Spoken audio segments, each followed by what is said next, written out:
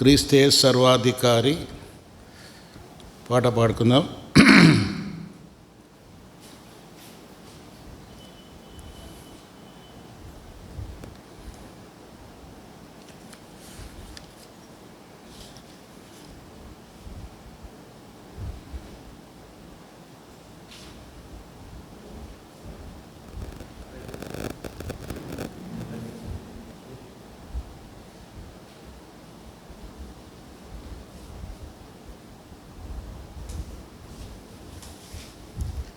పాట సంఖ్య 354. పాట సంఖ్య 354. భక్తి 354. ఇంకో పుస్తకాల్లో 351. క్రీస్తే సర్వాధికారి, క్రీస్తే అల్ఫా ఓమెగా పాట పాడు.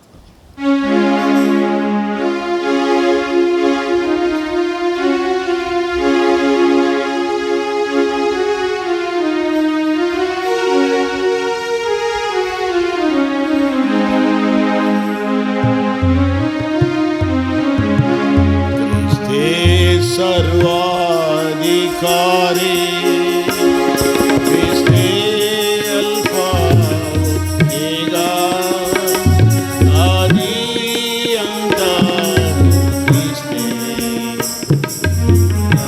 आयुधमुलु क्रिस्ते क्रिस्ते सर्वाधिकारी मनला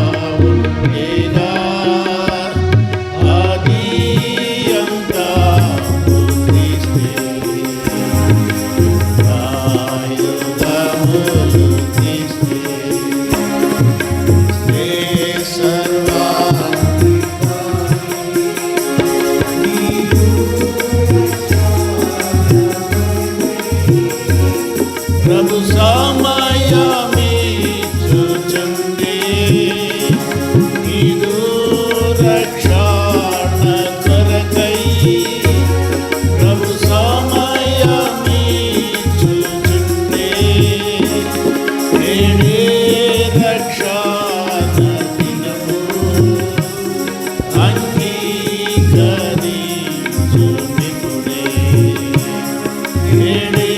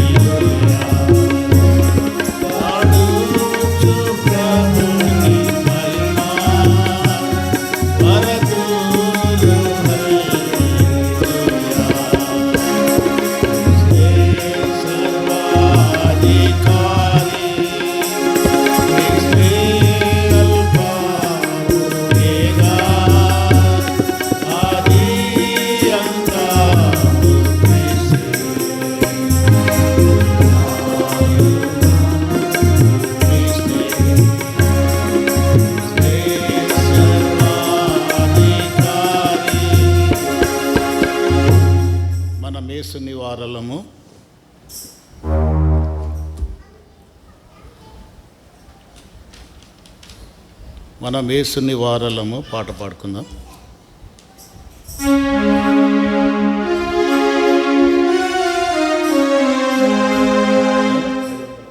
512.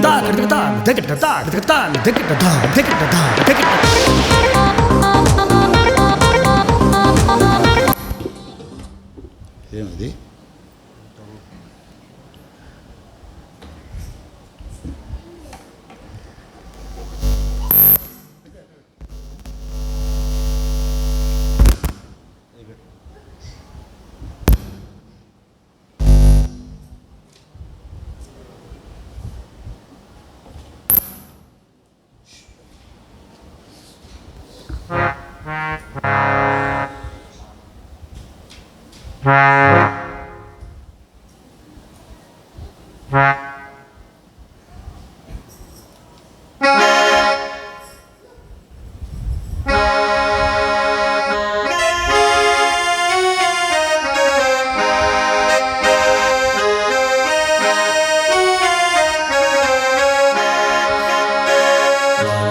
యేసుని వారలము వారిగానే ఉండును.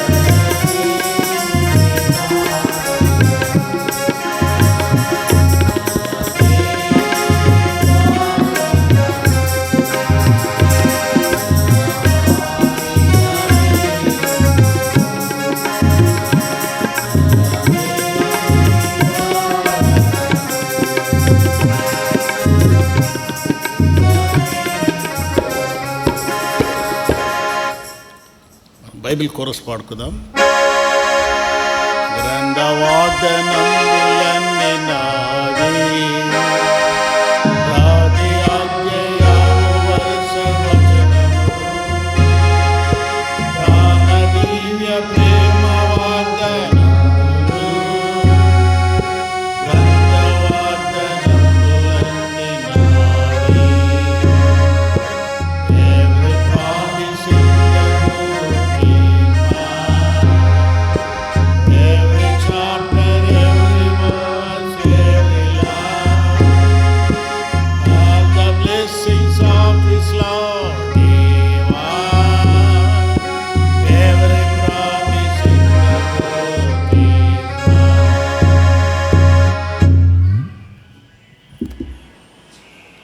దేవుని వాక్యాన్ని విందామండి.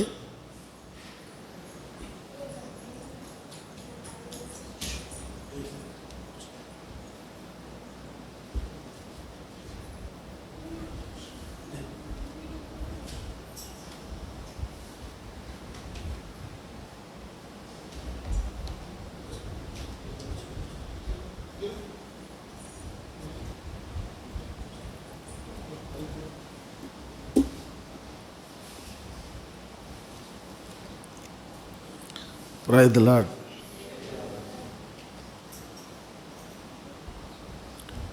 మార్కు సువార్త 2వ అధ్యాయం.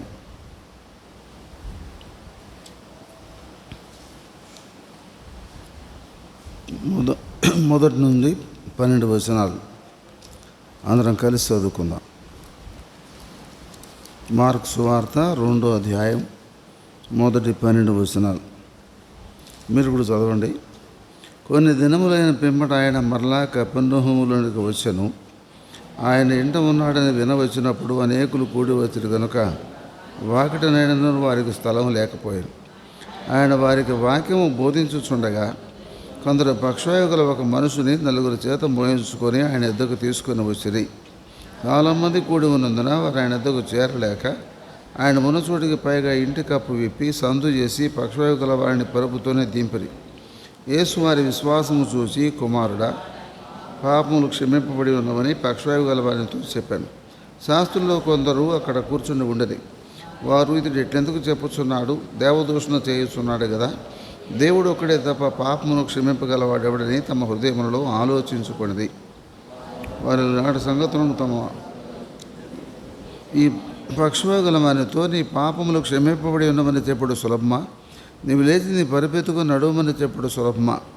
అయితే పాపములు క్షమించుటకు భూమి మీద మనుష్య కుమారునికి అధికారం కలదని మీరు తెలుసుకొనవలనని చెప్పి పక్షవాయువుగల వారిని చూచి, నీవు లేచి నీ పరిపెత్తుకుని ఇంటికి పొమ్మని నీతో చెప్పుచున్నానను. తక్షణమే వాడు లేచి పరిపెత్తుకొని వారందరూ ఎదుట నడిచిపోయాను కనుక వారందరూ విభ్రాంతి నొంది, మనం ఇలాంటి కార్యములను ఎన్నడూ చూడలేదని చెప్పుకొనుచు దేవుని మహిమపరచరి. ప్రార్థన చేసుకుందాం. ప్రేమ కలిగిన మా పరలోకపు తండ్రి, చదువుకున్న వాక్య భాగం ద్వారా మా అందరితో మాట్లాడడం, మాకు కావాల్సినటువంటి వర్తమానం దయచేయం. బలహీనను కూడా మీ కృపలో జ్ఞాపకం చేసుకున్నాం. దూరంగా దగ్గరగా ఎవరు మీ మాట ఆలకిస్తున్నారో వారందరి కొరకై ప్రార్థన చేస్తున్నాం తండ్రి. వారందరిని కూడా మీరు దర్శించు. యేసుక్రీస్తు వారి యొక్క పరిశుద్ధమైన నామమున ప్రార్థన చేసి వేడుకుంటున్నాము తండ్రి.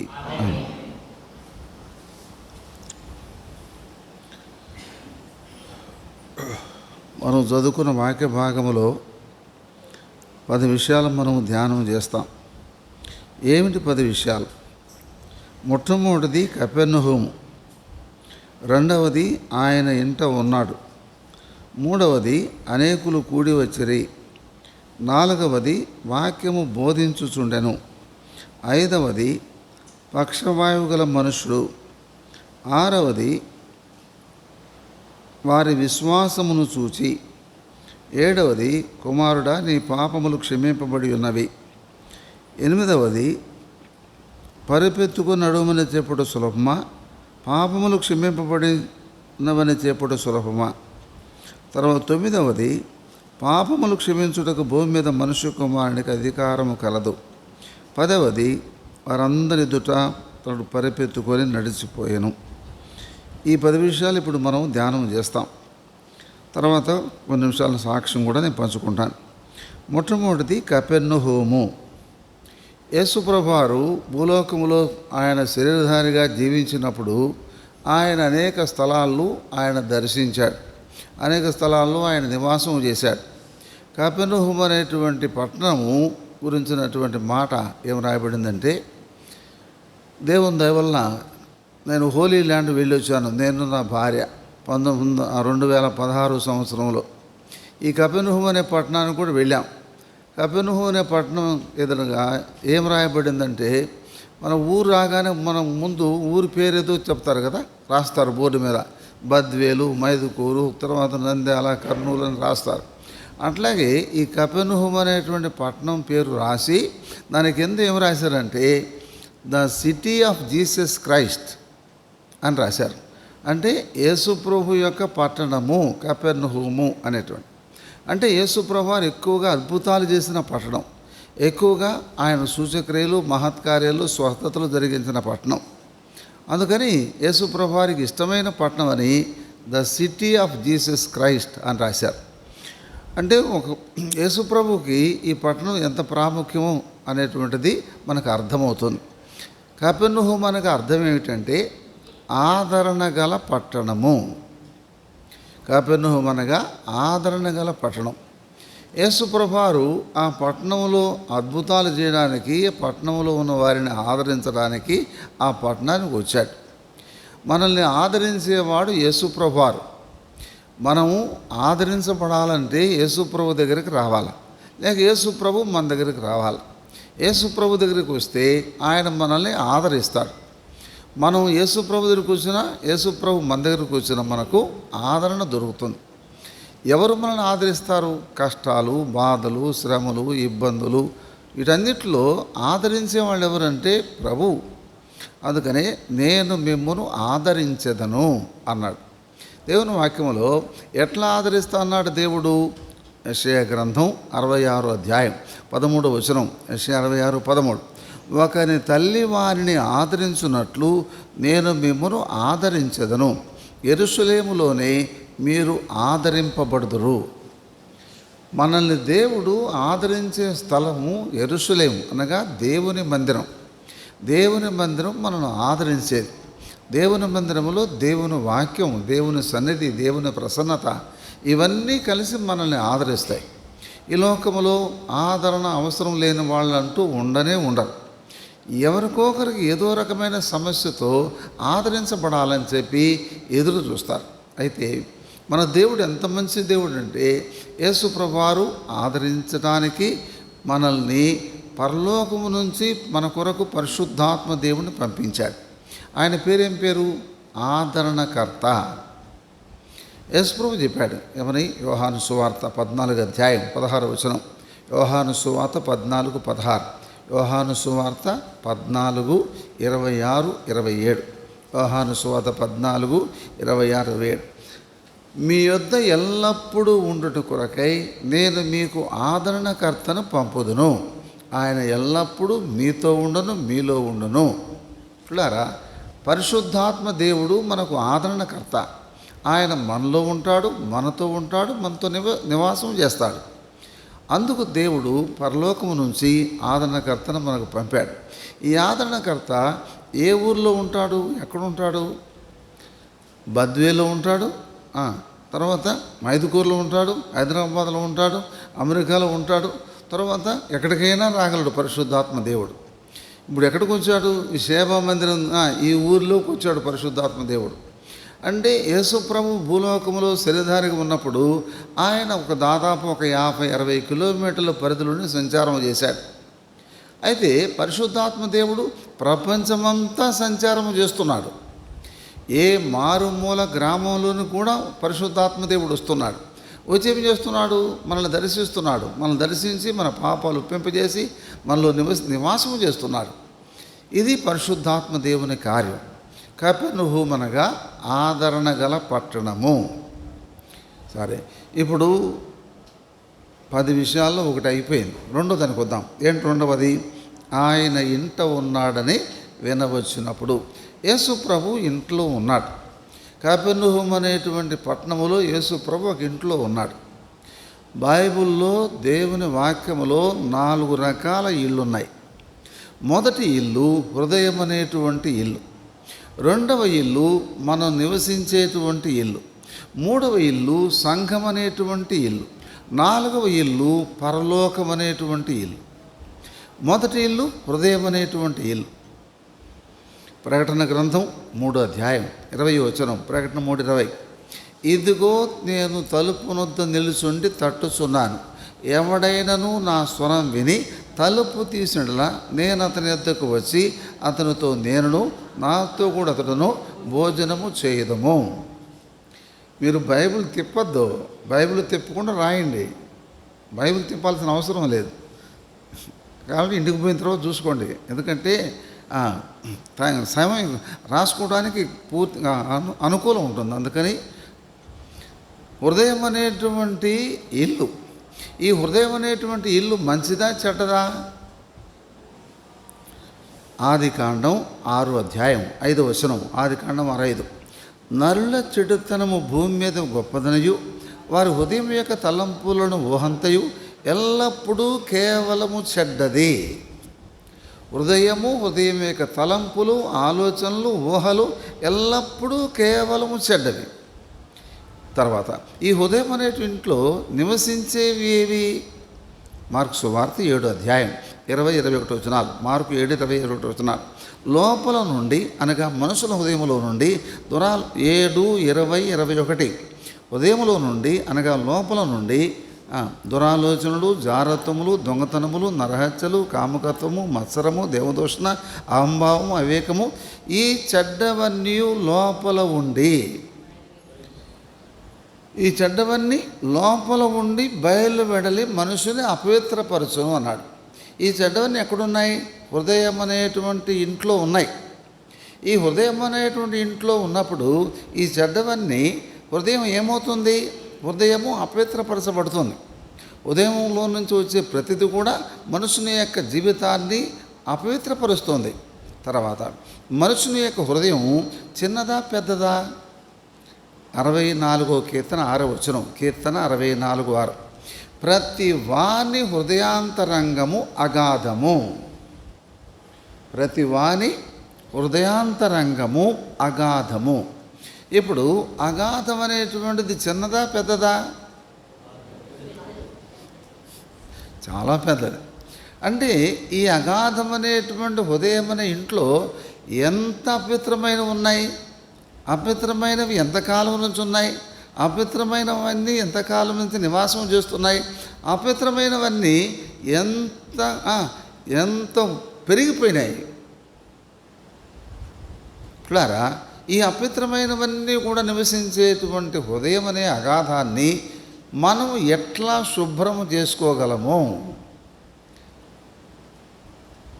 లేకపోతే ఎట్లా ఇది హృదయం అనేటువంటి ఇల్లు శుభ్రమవుతుంది, పరిశుభ్రమవుతుంది, పరిశుద్ధపరచబడుతుంది, పవిత్రపరచబడుతుంది?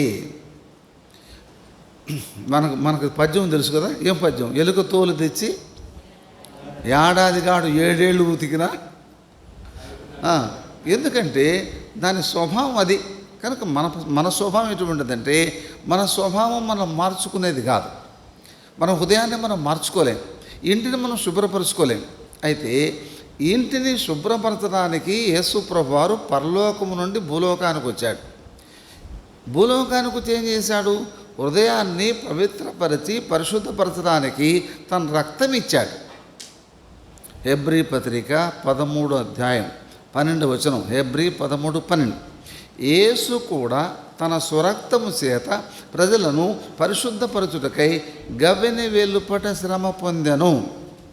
యేసు కూడా తన స్వరక్తము చేత ప్రజలను పరిశుద్ధపరచుటకై, అంటే ఆయన రక్తము ప్రజలను పరిశుద్ధపరచడానికి ఆయన సిలువలో ఆయన చిందించాడు. ఇప్పుడు ఈ రక్తము మన హృదయాన్ని పరిశుద్ధపరుస్తుంది. ఇప్పుడు పరిశుద్ధపరచబడాలంటే ఈ హృదయం అనేటువంటిది ఏం చేయాలా? హృదయం అనేటువంటి ఇల్లు యేసు ప్రభుకి ఇవ్వాలి. ఉదాహరణకు నా వాచి చెడిపోయింది అని చెప్పి నేను ఇంట్లో పెట్టుకుంటే అది బాగా కాదు. ఎవరికి తీసుకుపోయి ఇవ్వాలా? చెప్పులు కుట్టేవాడికి ఇస్తే కాదు ఇది, లేకపోతే వేరే వాళ్ళకి ఇస్తే కాదు, వాచ్ రిపేర్ చేసే వాళ్ళకి ఇస్తేనే ఇది రిపేర్ అవుతుంది.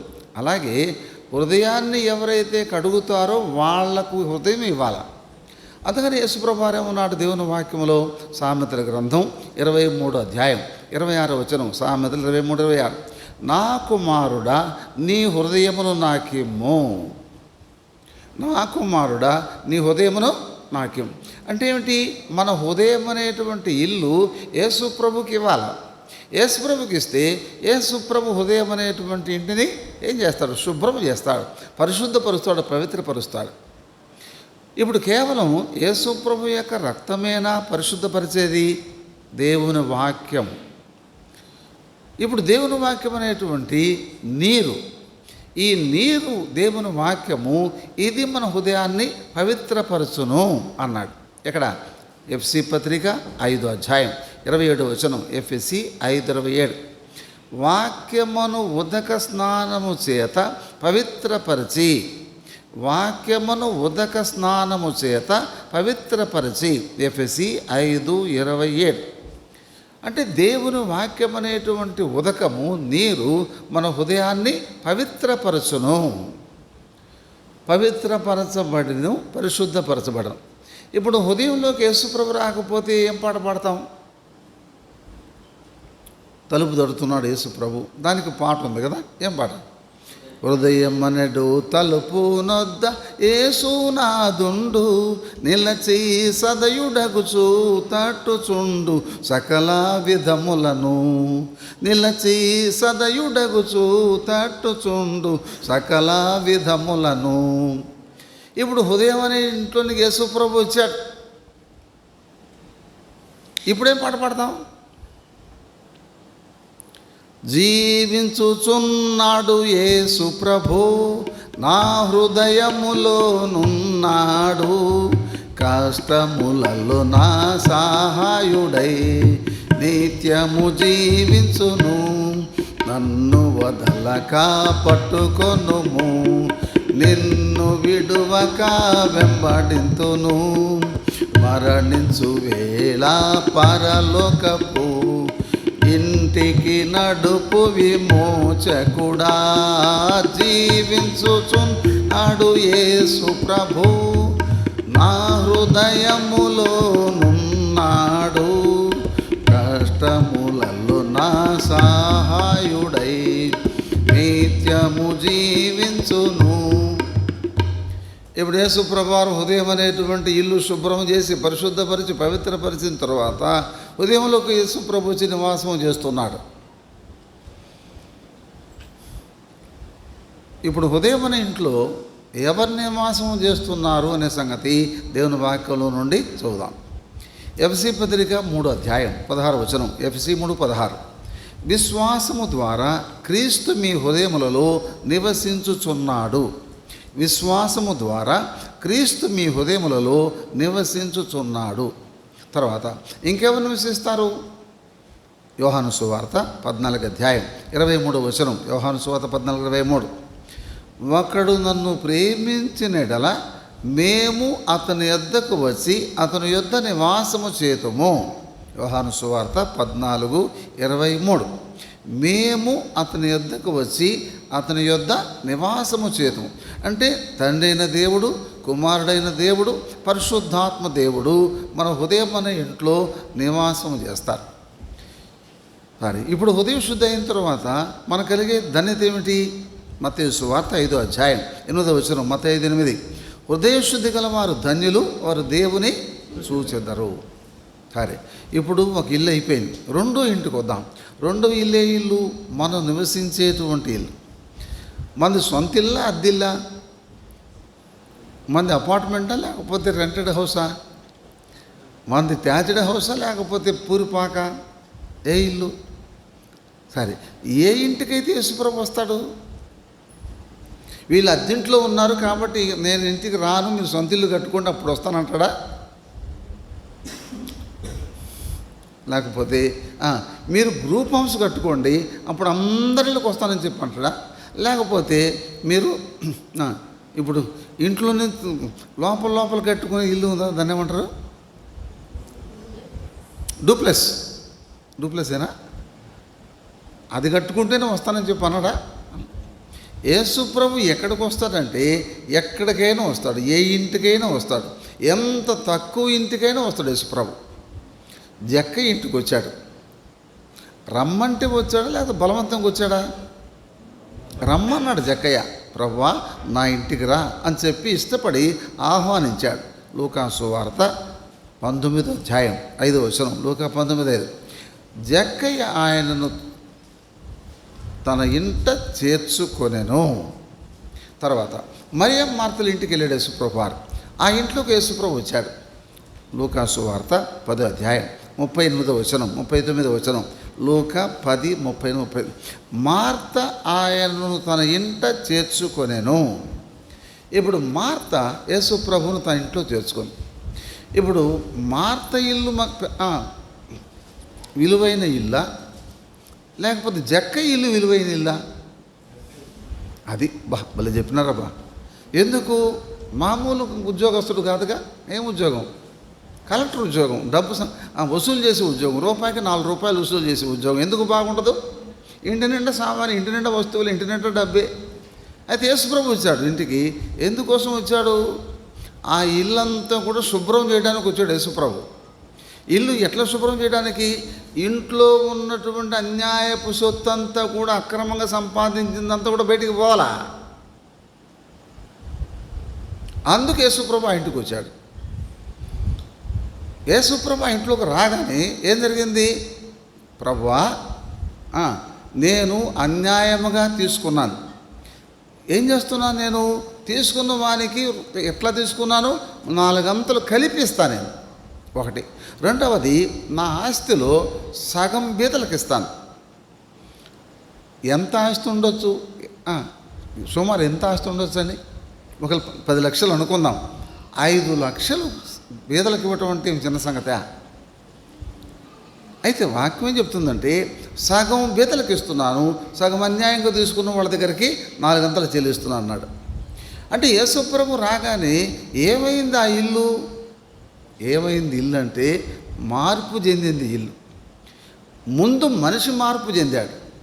ఇంటికంటే ముందు మనిషి మారాడు. ఎట్లా మారాడు? అప్పటిదాకా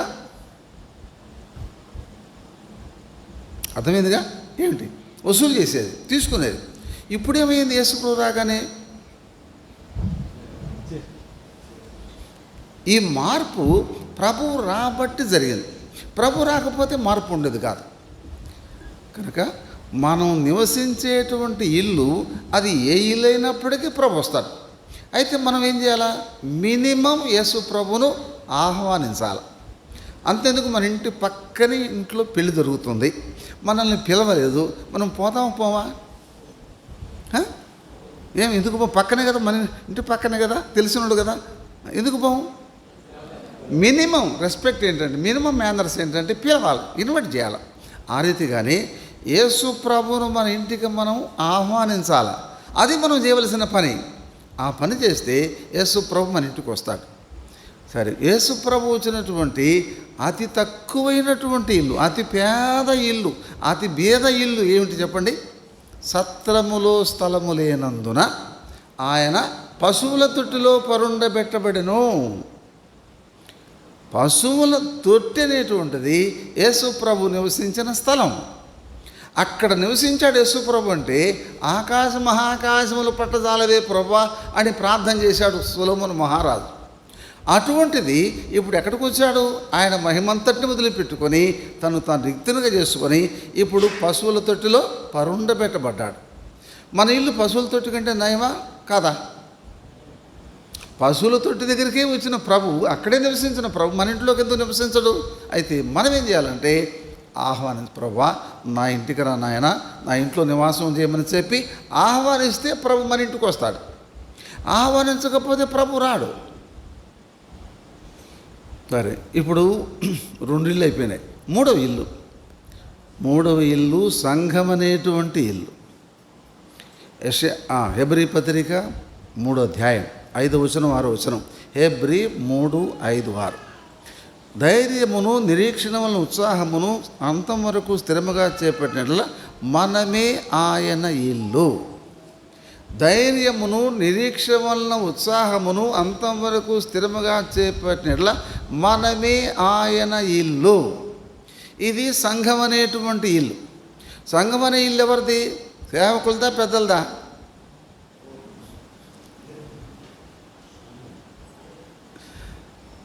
I will build my church, నా సంఘమును నేను కట్టుదును. నా సంఘము. మత్తయి సువార్త 16 అధ్యాయం 18 వచనం. మత్తయి 16:18. నా సంఘము. తర్వాత నా ప్రార్థనా మందిరము. యెషయా గ్రంథం 56 అధ్యాయం 7 వచనం. 56:7. నా ప్రార్థనా మందిరము. తర్వాత యోహాను సువార్త 2 అధ్యాయం 17 వచనం 18 వచనం. యోహాను సువార్త 2:17-18.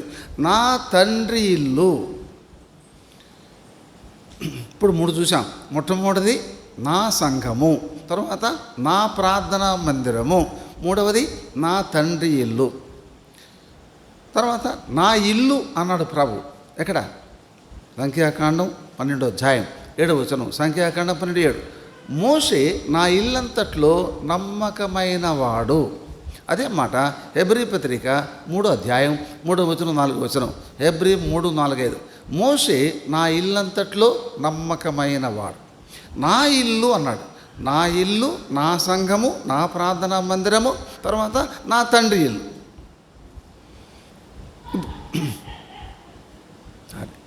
ఇప్పుడు ఈ సంఘం అనేటువంటి ఇల్లు ఎవరిది? ఇల్లు ప్రభువుది. ఇప్పుడు ఆ సంఘం అనే ఇంట్లోనికి మనల్ని ఆహ్వానిస్తున్నాడు. మన ఇంట్లోనికి మనం ప్రభుని ఆహ్వానించాలా? ఆయన ఇంట్లోనికి మనల్ని ఆహ్వానిస్తున్నాడు. ఏమని? కమ్ అంటు మీ, లుక్ అంటు మీ, నా యొద్దకు రండి, నా వైపు చూడండి అన్నాడు. ఇంకేమన్నాడు? నా యొద్దకు వచ్చేవాడినంత మాత్రము బయటికి. యోహాను సువార్త 6:37. యోహాను సువార్త 6:37. నా యొద్దకు వచ్చేవాడిని ఎంత మాత్రమును బయటకు త్రోసివేయను. మత్తయి సువార్త 11:28. మత్తయి 11:28. ప్రయాసపడి భారం మోసుకున్న సమస్తమైన వల్ల నా యొద్దకు రండి, నేను మీకు విశ్రాంతి కలుగజేతును. యెషయా గ్రంథం 45 అధ్యాయం 22 వచనం. 45-22. బూదిగంతని వాసులారా నా వైపు చూచి రక్షణ పొందుడి. ఇప్పుడు సంఘమని ఇంట్లోనికి ప్రభు మనల్ని ఆహ్వానిస్తున్నాడు. వస్తే సంఘమని ఇంట్లోకి వచ్చినప్పుడు ఏమిస్తాడు మనకు? సంఘమని ఇంట్లోకి వచ్చినప్పుడు ఏమిస్తాడు అంటే అపోస్తుల కార్యం 2 అధ్యాయం 38, 39, 40, 41. అపోస్తుల కార్యములు 2 అధ్యాయం 39, 41 వచనం. మీరు మారు మనసు పొంది, రెండవది పాప క్షమాపణ పొంది, తర్వాత రక్షణ పొంది, తర్వాత 4వది బాప్తిసం పొంది, 5వది పరిశుద్ధాత్మను పొంది. ఈ 5 ఇప్పుడు మీరు చెప్పండి చూడకుండా.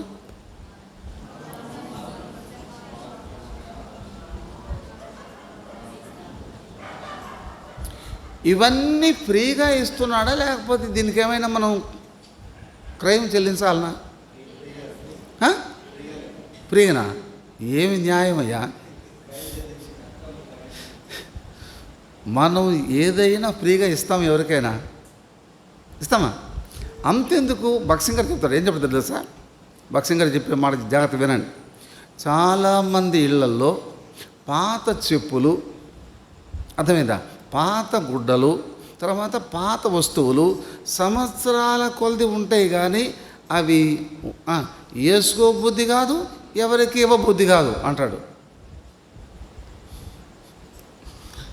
మరి మీ ఇంట్లో ఉన్నాయో లేదో నాకు తెలియదు, కానీ ఏమిటి?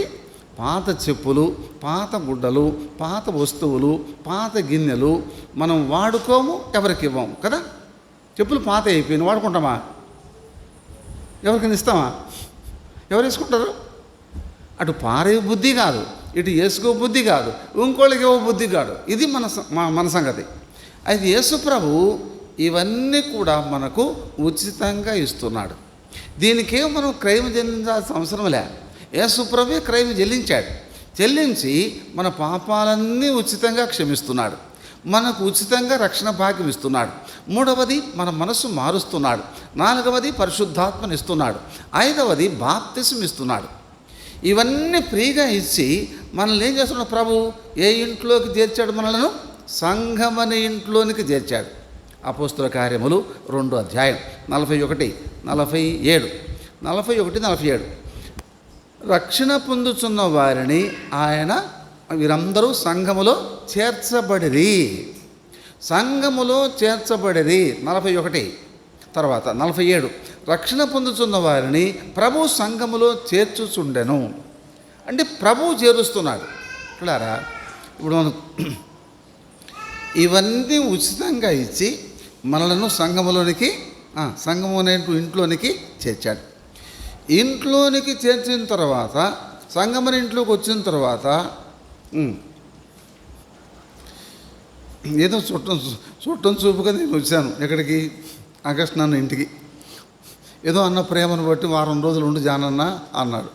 సరే ఇంకొక వారం రోజులు కూడా ఉన్న తర్వాత ఆగస్టు నాన్న నువ్వు ఎప్పుడు ఖాళీ చేస్తావు ఇల్లు అన్న. నేను పొరపాటున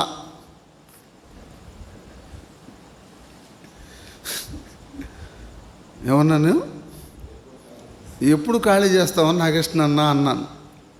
అప్పుడు దిమ్మ తిరిగిపోద్ది ఎవరికి? తర్వాత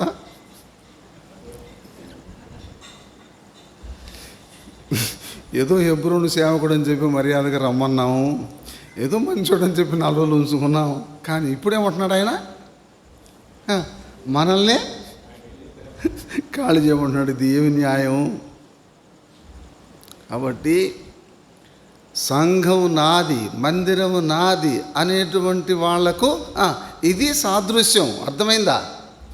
ఆయన ఎటువంటి వాళ్ళను సంఘంలో చేర్చాడు? అవిధేయులు, అవివేకులు, అసహ్యులు, తర్వాత నీచులు, ఎన్నిక లేని వారు, తృణీకరించబడిన వారు, వెర్రివాళ్ళు, బలహీనులు, భక్తిహీనులు, శత్రువులు, ఇటువంటి జీవితం జీవించిన మనలను ప్రభు ప్రేమించి రక్తమిచ్చి మన పాపాలు క్షమించి రక్షణ భాగ్యం ఇచ్చి తన సంఘమనే మందిరమనే ఇంట్లోనికి మనల్ని చేర్చిన తర్వాత ఇప్పుడు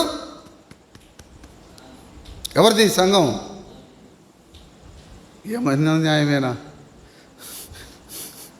ఏమన్నా ఎప్పుడు ఖాళీ చేస్తామని చెప్పి నేనంటే ఎంత ఎంత ఎంత కాబట్టి వీ షుడ్ నాట్ క్లైమ్ ఇది నాది అనకూడదు. సంఘం ఇది నాది అనకూడదు. ఆయన ఇల్లు ఇది నా మందిరం అనకూడదు. అర్థమైంది? ఇప్పుడు మనల్ని ప్రభు ప్రేమించి అటువంటి జీవితం జీవించే మనలను ఇక్కడికి తీసుకొచ్చాడు, ఇక్కడ చేర్చాడు. ఈ సంఘం ఎవరిది? రక్తమిచ్చి కొన్నట్టి సంఘం. అందుకని పాట ఉందిగా, జీవము గల సంఘము దేవునిది సంఘం. పిల్లరా, దేవుడు మనల్ని చేర్చాడు ఇక్కడికి. ఇది దేవుని ఇల్లు. చేర్చిన తర్వాత ఏం చేస్తున్నాడు ప్రభు? చేర్చిన తర్వాత సంఘమని ఇంట్లో చేర్చిన తర్వాత మనల్ని సిద్ధపరుస్తున్నాడు. దేనికి సిద్ధపరుస్తున్నాడు? ఆయన రాకడ కొరకై. ఎట్లా సిద్ధపరుస్తున్నాడు? అపొస్తలుల బోధ, సహవాసం, రొట్టె విరుచుట, ప్రార్థన చేయుట, తర్వాత వాక్యము, సంఘం, సహవాసం, ఉపదేశకులు, సేవకులు, ఇంతమందిని మనకు అనుగ్రహించి మనం సిద్ధపరుస్తున్నాడు. ఇప్పుడు సిద్ధపరిచిన తర్వాత ప్రభు వస్తాడు. వచ్చిన తర్వాత ఎవరిని తీసుకుపోతాడు? సంఘమని ఇంట్లో ఉన్న వాళ్ళని తీసుకుపోతాడా? సంఘమని ఇంటికి ఎలుపులో ఉన్న వాళ్ళని తీసుకుపోతాడా? సంఘమని ఇంట్లో ఉన్న వాళ్ళని తీసుకుపోతాడు కానీ సంఘమని ఇంటికి ఎలుపులను తీసుకుపోడు. వాళ్ళ కోసం రాడు. వచ్చేది ఎవరి కోసం అంటే ఆయన సంఘమని ఇంట్లో ఉన్న వాళ్ళ కోసమే వచ్చేది. వాళ్ళని తీసుకుపోవడానికి వచ్చేది. ఇప్పుడు ఎన్ని ఇళ్ళు అయినాయి? 4 ఇళ్ళు. యోహాను సువార్త 14వ అధ్యాయం 3 వచనాలు. యోహాను సువార్త 14వ అధ్యాయం 3 వచనాలు. మీ హృదయములను కలవరపడినకుడి, దేవుని విశ్వాసం ఉంచున్నారు, నా యందున విశ్వాసం ఉంచుడి. నా తండ్రి ఇంట అనేక నివాసములు గలవు, లేనిళ్ళ మీతో చెప్పుదును. నేను వెళ్ళి మీకు స్థలం సిద్ధపరిచి నేను స్థలంలో మీరు ఉండలాగా నా యొద్ద ఉండుటకు నేను వచ్చి మిమ్మును తీసుకొని పోవుదును అన్నాడు. అంటే in my father's house there are many mansions. Mansions అంటే ఇంటికంటే పెద్దది, డూప్లెక్స్ కంటే పెద్దది. అటువంటి నివాసములు తండ్రి యొద్ద మనకున్నాయి. అటువంటి నివాసము, స్థలము తండ్రి మన కొరకు సిద్ధము చేస్తున్నాడు. తండ్రి యొద్ద మనకున్నటువంటి స్థలం, తండ్రి యొద్ద మనకున్న నివాసం. అంతకండి మా తండ్రి యొద్ద అనేక నివాసములు కనవు. పిల్లారా, తండ్రి ఎవరికి ఇస్తాడు?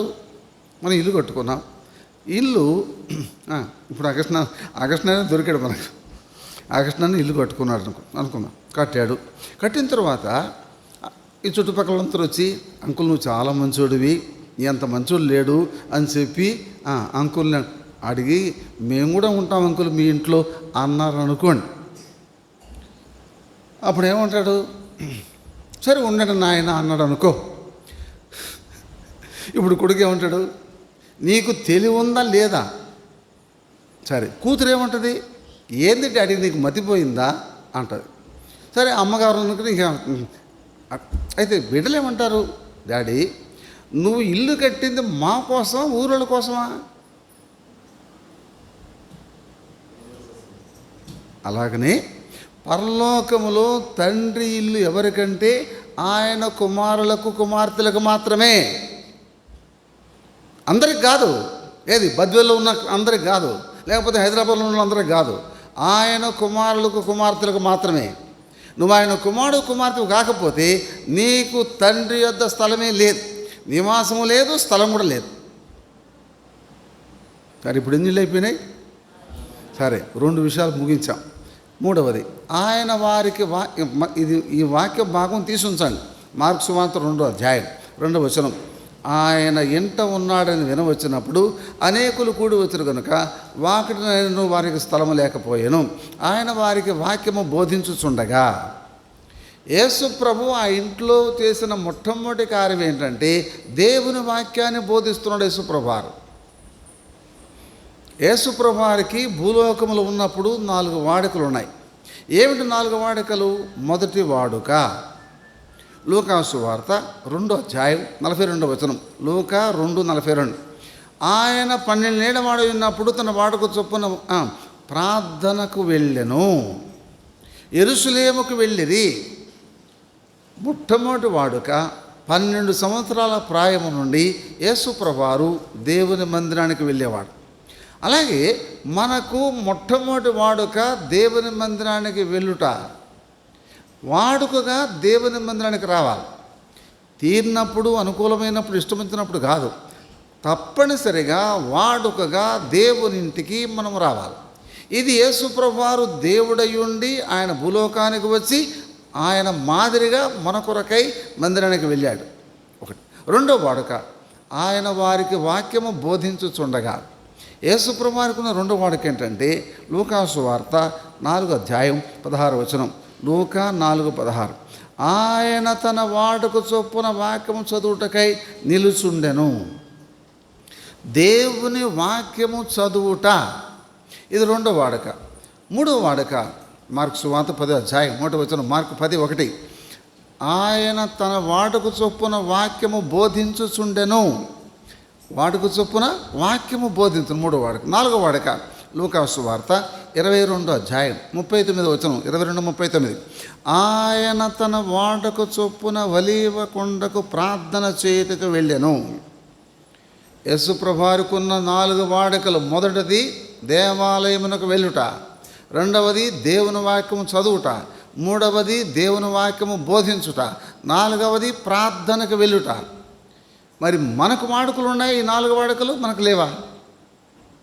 ఈ 4 వాడుకలు యేసుప్రభుకే ఉంటే మనకు అవసరం లేదనుకుంటే మనం యేసుప్రభు కంటే మనం గొప్పవాళ్ళం, యేసుప్రభు కంటే మనం పెద్దవాళ్ళం. కాబట్టి మనకు అవసరం లే. మందిరానికి రానవసరం లేదు, వాక్యం చదవనవసరం లేదు, వాక్యం బోధించనవసరం లేదు, ప్రార్థన కూడా పోనవసరం లే. ఎందుకు? మనకేం అవసరం లే. యేసుప్రభు అంటే ఆయన లోకంలో ఉన్నాడు కాబట్టి ఆయనకు అవసరమైంది. ఆయనకే ఈ 4 వాడుకలు అవసరమైనప్పుడు నీకు నాకు ఎంత అవసరమో. కాబట్టి మందిరానికి క్రమంగా రావాలి. ప్రతి వాడుకగా మందిరానికి రావాలి. ప్రతి దినము దేవుని వాక్యం చదవాలి, దేవుని వాక్యాన్ని బోధించాలి, ప్రతి ప్రార్థనకు రావాలి. ఇది మాదిరికరమైన జీవితం యేసుప్రభు చేసి చూపించాడు. ఇప్పుడు 3 అయిపోయినాయి. 4వది, కొందరు పక్షవాతం గల మనిషిని 4 చేత మోయించుకొని ఆయన వద్దకు తీసుకొని వచ్చిరి. 4 మనుషులు మోసుకొస్తున్నారు పక్షవాతం గల మనిషిని. నాలుగవది మోసుకొని వచ్చిన మనుషులు. ఒక మనిషిని మోసుకురావటం కష్టమా సులువా? అందులో నలుగురు మోసుకొచ్చారంటే ఏ కండిషన్లో ఉన్నట్టు ఈ మనుషుడు? సామాన్యంగా నలుగురు మనుషులు మోసకపోయేది ఎవరిని ఎప్పుడంటే మీకు అర్థమైంది కదా, ఎప్పుడు? అది భలే చెప్పినారా బా. అంటే ఇంక అయిపోయింది. ఈ మనుషుడు నడవలేడు, లేచి కూర్చోలేడు, తర్వాత అసలు పని చేయదు, కాళ్ళు చేయదు. అటువంటి స్థితిలో ఉన్నవాడిని నలుగురు మనుషులు మోసుకొచ్చారు. సరే, ఇప్పుడు నేను అడుగుతాను, జాగ్రత్తగా చెప్పండి.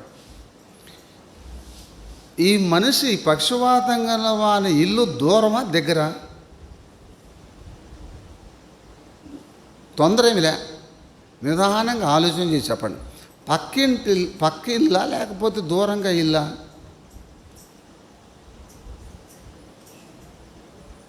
మీకు అర్థం కాలేదు. ప్రశ్న అర్థమైందా లేదా? ప్రశ్న దూరం కదా. దూరమైన ఇల్లు నుంచి మోసుకురావటం సులువా, పక్కింట్లో నుంచి మోసుకురావటం సులువా? సరే, ఇప్పుడు ఈ పక్షవాతం గలవాడు ఈ నలుగురికి బంధువా, లేకపోతే తెలియని వ్యక్తి, లేకపోతే పరాయివాడా, లేకపోతే స్నేహితుడా, లేక బంధువా, లేకపోతే ఇంకేమై ఉంటాడు? పర్లేదు, మీరు ఆలోచన చేసి తప్పదు, ఏమీ తొందరలే, మనకు నెమ్మదిగా మీటింగ్ ముగించుకుందాం. పరాయివాడు, వెరీ గుడ్.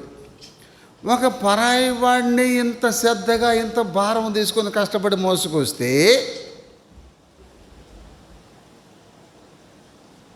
మనం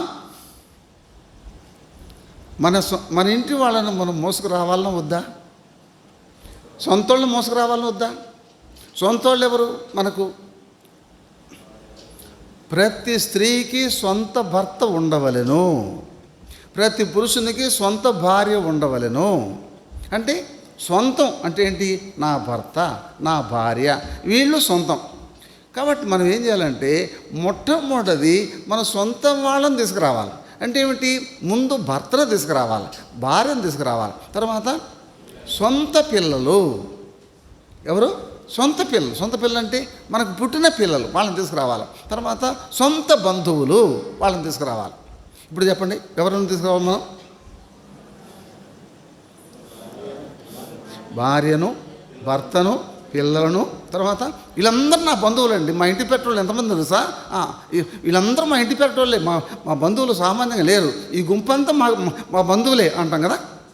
దేనికి? మా జోలికి వచ్చేవో జాగ్రత్త అంట. ఎప్పుడు పనికొస్తారు ఈ బంధువులు? ఏదైనా పోట్లాటకు మాత్రం ఈ బంధువులందరినీ కూడేస్తాం మనం. అయితే ప్రార్థనకు తీసుకొచ్చేటప్పుడు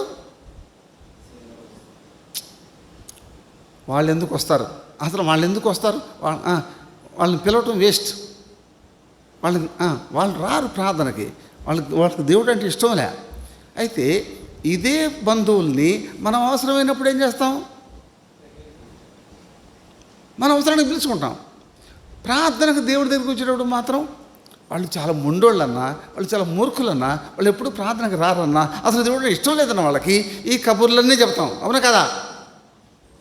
అయితే ఈ పక్షవాతం గలవాడు ఇష్టపడి వచ్చాడా లేకపోతే కష్టం మీద వచ్చాడా? ఇష్టపడితే తీసుకొచ్చారా లేకపోతే ఇష్టపడకపోయినా తీసుకొచ్చారా? ఇష్టపడితేనా? అసలు ప్రార్థనకు రావాలంటే ఇష్టం ఉండదండి మనుషులకి. ఇష్టం ఉండదు, సావనన్న వస్తారు కానీ ఇష్టం ఉండదు. మా మందిరానికి ఒక అమ్మాయి వస్తుంది, మెడికో.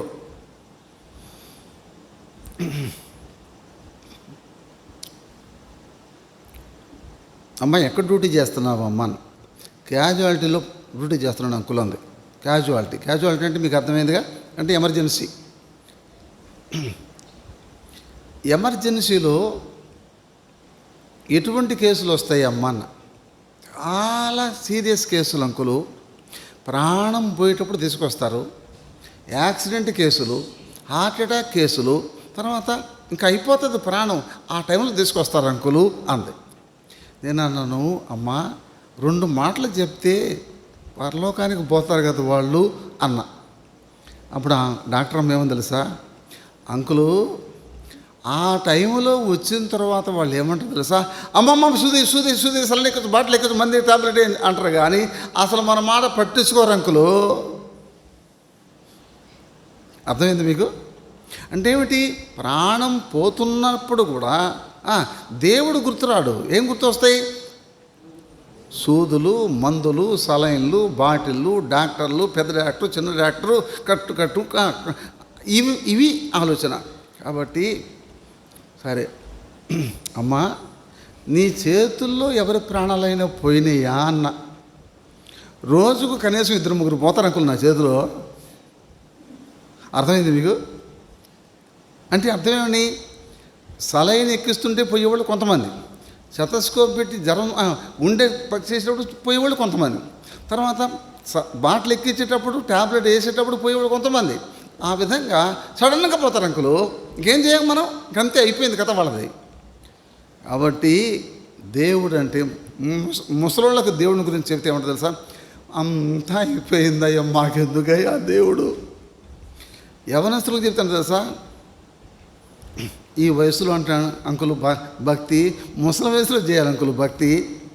ఇప్పుడు ఎవరికి చెప్పాలి వాక్యం? ముసలోళ్ళకా లేకపోతే పడుసోళ్ళకా? ముసలోళ్ళు ఏమంటారు, మాకెందుకు ఇంకా అయిపోయింది కదా అంటారు. పసులోళ్ళు ఏమంటారు, ఇంకా లోకంలో అనుభవించాలి కదా అని చెప్పి అంటారు. ఎవరికి దేవుడు కావాలి ఇప్పుడు? వాళ్ళకి అవసరంలో వీళ్ళకి అవసరంలో. ఎవరికి కావాలి ఇప్పుడు దేవుడు? మధ్య వయసు వాళ్ళకా? కాబట్టి దేవుని వాక్యములో పక్షవాతం గల వాడిని 4 మనుషులు మోసుకొచ్చారంటే, బంధువైనా మోసుకొచ్చారు, బంధువు కాకపోయినా మోసుకొచ్చారు, పక్కిళ్ళైనా మోసుకొచ్చారు, దూరపిల్లైనా మోసుకొచ్చారు, తెలియని వ్యక్తి అయినప్పుడు మోసుకొచ్చారు, తెలిసిన వ్యక్తి అయినా మోసుకొచ్చారు. కాబట్టి మన బాధ్యత ఏమిటంటే, మొట్టమొదట మన ఇంటి వాళ్ళను దేవునిలోకి నడిపించుకోవాలి, ఇంటి వాళ్ళను సంరక్షించుకోవాలి. 1 తిమోతి పత్రిక 5వ అధ్యాయం 8వ వచనం 5-8. ఎవడైనను తన స్వకీయులను సంరక్షింపకపోయినడ వాడు అవిశ్వాసి కన్నా చెడ్డవాడగును. మొట్టమొదట తన స్వకీయులను సంరక్షించుకొనుట అంటే ఏమిటి? మొట్టమొదట మన కుటుంబాన్ని రక్షించుకోవాలి, మన బిడ్డలను రక్షించుకోవాలి, భర్తను రక్షించుకోవాలి, భార్యను రక్షించుకోవాలి, మన బంధువులను రక్షించుకోవాలి. మొట్టమొదట తన స్వకీయులను సంరక్షించుకొనుట. కానీ ఇప్పుడు ఒక మనిషిని ఎంత కష్టపడి మోసుకొచ్చారు. ఆ రీతిగా ఇప్పుడు ఒక ప్రశ్న, మనం మారు మనసు పొందాం, మనం విశ్వాసులం. అందుకని యేసుప్రభువు వారు ఏమన్నాడు, వారి విశ్వాసము చూచి, వీళ్ళు మామూలు విశ్వాసులు కాదు, ఆత్మల కొరకు కష్టపడే విశ్వాసులు, ఆత్మలను నడిపించే విశ్వాసులు, ఆత్మల కొరకైన భారము కలిగిన విశ్వాసులు, ఆత్మల రక్షణ కొరకైనటువంటి బాధ్యత కలిగిన విశ్వాసులు. అటువంటి విశ్వాసులుగా మనం ఉండాలి.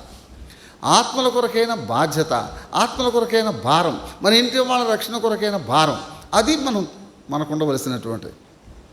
ఇది విశ్వాసుల యొక్క లక్షణాలు. సరే, ఇప్పుడు ఎన్ని అయిపోయినాయి? 4 అయిపోయినా 5 అయిపోయినాయా? 4. ఇప్పుడు 5వది పక్షవాతం గలవాడు. పక్షవాతం గలవాడు ఎలా ఉంటాడు? ఒక ప్రక్కంతా చచ్చిపోయి ఉంటాడు, ఒక పక్కంతా బతికుంటాడు. చచ్చిపోయినటువంటి భాగము బతికిన భాగము 2 కలిసి ఉంటే వేరువేరుగా ఉంటాయా? 2 ఒకే దేహంలో కలిసి ఉంటాయి. ఒక ప్రక్క ఒక అవయవాలన్నీ చచ్చిపడిపోయి ఉంటాయి, ఒక ప్రక్క అవయవాలన్నీ బాగుంటాయి. ఈ 2 కలిసి ఉంటాయి. ఆ రీతిగానే మనుషుని యొక్క జీవితం ఎలాంటిదంటే, మంచి చెడు, పాపం పుణ్యం, నీతి అవినీతి 2 కలిసి ఉండేటువంటి జీవితం మనం జీవించే జీవితం. ఎట్లా జీవిస్తామంటే, ఇదే నోటితో ఓం ఓం ఓం అని, ఇదే నోటితో బండబూతులు మాట్లాడతాం, ఇదే నోటితో అబద్ధాలు మాట్లాడతాం, ఇదే నోటితో స్వామి స్వామి స్వామి స్వామి స్వామి, ఈ చేతులతోనే మోసం చేస్తాం, ఈ చేతులతోనే కానుకేస్తాం. అర్థమైందా? కాబట్టి 2 మన జీవితంలో ఉంటాయి.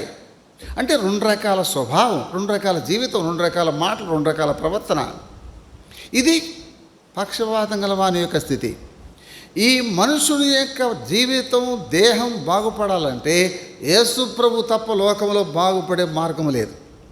ఆ విధంగా 2 రకాల జీవితం జీవించేవాడు బాగుపడాలంటే, ఒక మనిషి మారాలంటే ప్రభువు దగ్గరికి రావాల్సిందే. ఇప్పుడు ప్రభు దగ్గరికి వచ్చాడు. ఇప్పుడు ఏం చేస్తున్న ప్రభు చేసిన కార్యం ఏంటంటే ఆ మనిషిని బాగు చేశాడు. ఎట్లా బాగైంది? మరణం పోయి జీవం వచ్చింది. ఎట్లా వచ్చింది జీవం?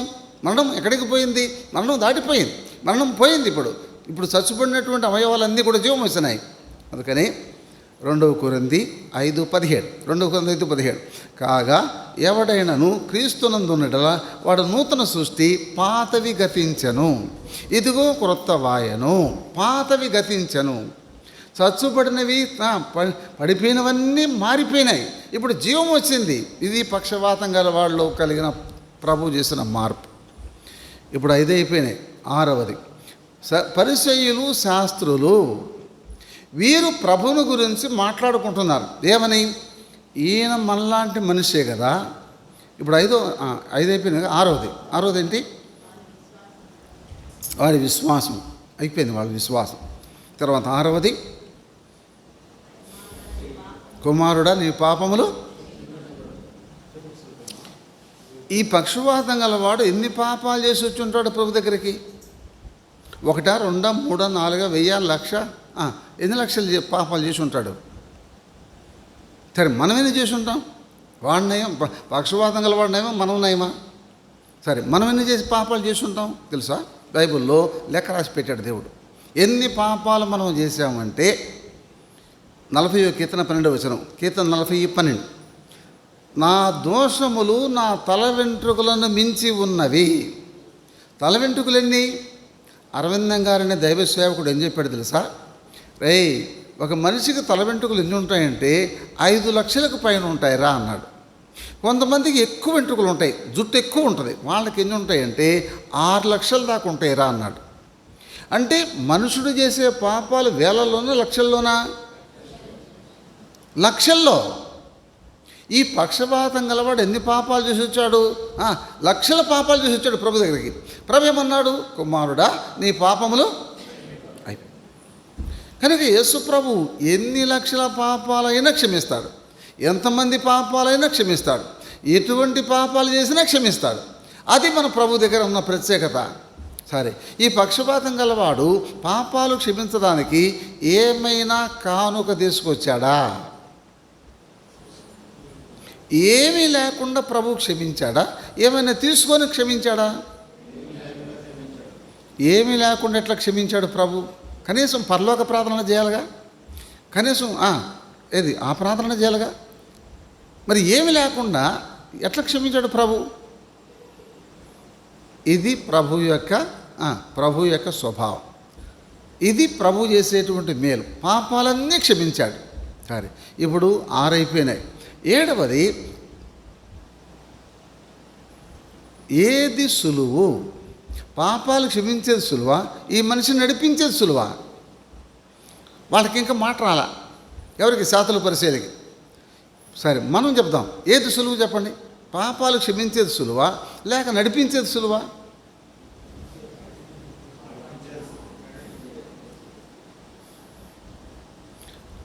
పన్నెండు సంవత్సరాల నుంచి రక్తం పోయే జబ్బు గల మనిషి వచ్చింది. యేసుప్రభు వారి వస్త్రం ముట్టుకుంది, బాగైందా లేదా? 2000 దయ్యాలు బట్టినోడు వచ్చాడు ప్రభు దగ్గరికి. యేసుప్రభు వారు ఏమన్నాడు? అపవిత్రాత్మ విడిచిపెట్టిపో అన్నాడు. పోయినాయి లేదా? కుష్ఠరోగం దగ్గరికి పోయినాడు. నాకు ఇష్టమే, నువ్వు బాగుపడతావు లే అన్నాడు. వాడు కుష్ఠరోగం పోయింది. తర్వాత గుడ్డోళ్ళు వచ్చారు, యేసుప్రభు ముట్టాడు, బాగుపడ్డారు లేదా? వీటన్నిటి యేసుప్రభు కష్టపడ్డా? కష్టపడలా. ముట్టాడు, బాగుపడ్డాడు, వెళ్ళిపోయినాడు. అయితే దేని కష్టపడ్డ యేసుప్రభు వారు? పాపాలు క్షమించడానికి కష్టపడ్డాడు. ఎట్లా కష్టపడ్డాడు? మత్తయి సువార్త 26వ అధ్యాయం 26-28. మత్తయి 26-28. ఇది నా రక్తము, అనేకుల పాప క్షమాపణ కొరకు చిందింపబడుతున్న నిబంధన రక్తము అన్నాడు. అంటే పాపాలు క్షమించడానికి యేసు ప్రభు రక్తము చిందించాడు, అయిపోయింది. ఇప్పుడు ఆ రక్తము పాపాలు క్షమించేది. ఇప్పుడు దేనికి యేసు ప్రభు సులువైనటువంటి పని? లేచి నడిపించేది సులువా? ఈ మనుషులు పాపాలు క్షమించేది సులువా? ఈ మనిషిని నడిపించడం సులువు, పాపాలు క్షమించడం సులువు కాదు. పాపాలు క్షమించడానికి ప్రభు సిలువలో రక్తం కార్చవలసి వచ్చింది. ఈ మన నడిపించడానికి ప్రభు ఏం కష్టపడలేదు. కాబట్టి మన పాపాలు క్షమించడానికి ప్రభువు కష్టపడ్డాడు. ఇప్పుడు 7 అయిపోయినాయి. 8వది, యేసు ప్రభువారు అధికారము గలవాడు. దేనికి అధికారము గలవాడు? పాపములు క్షమించుటకు భూమి మీద మనుష్య కుమారునికి అధికారము గలవాడు. యేసు ప్రభువారికి పాపాలు క్షమించే అధికారం, దెయ్యముల మీద అధికారం, రోగముల మీద అధికారం, మరణం మీద అధికారం, సైతాను మీద అధికారం, ప్రాణం పెట్టే అధికారం, తిరిగి ప్రాణం తీసుకునే అధికారం, తర్వాత తీర్పు చేసే అధికారం, ఎన్ని రకాల అధికారాలు కలిగినటువంటి వాడు యేసుప్రభు. అందుకని యేసుప్రభు వారు ఏమన్నాడు? మత్తయి సువార్త 28, 18, 19. 28, 18, నాకు పరలోకమందును భూమి మీదను సర్వాధికారం ఇయ్యబడి ఉన్నది. అందుకని యేసుప్రభు వారు ఎటువంటి దేవుడు? సర్వాధికారము గల దేవుడు. రోమా 9:5 సర్వాధికారము గల దేవుడు. ఇప్పుడు 8 అయిపోయినాయి. ఇప్పుడు 9వది, నీవు లేచి నీ పరిపెత్తుకొని నడువమని చెప్పగా వాడు తక్షణమే లేచి అందరి ఎదుట పరిపెత్తుకొని నడిచిపోయాను. యేసుప్రభు అద్భుతం చేశాడు. ఎక్కడ చేశాడు అద్భుతం? ఇంట్లోనా రోడ్డు మీదనా? ఇంట్లో. సరే, యేసుప్రభు ఇంట్లో చేస్తాడా లేక రోడ్డు మీద కూడా చేస్తాడా? రోడ్డు మీద చేశాడు లేదా? పాట తీసుకొని పోయే మనిషిని ఆపి లేపి కూర్చోబెట్టి నడిపించినాడు.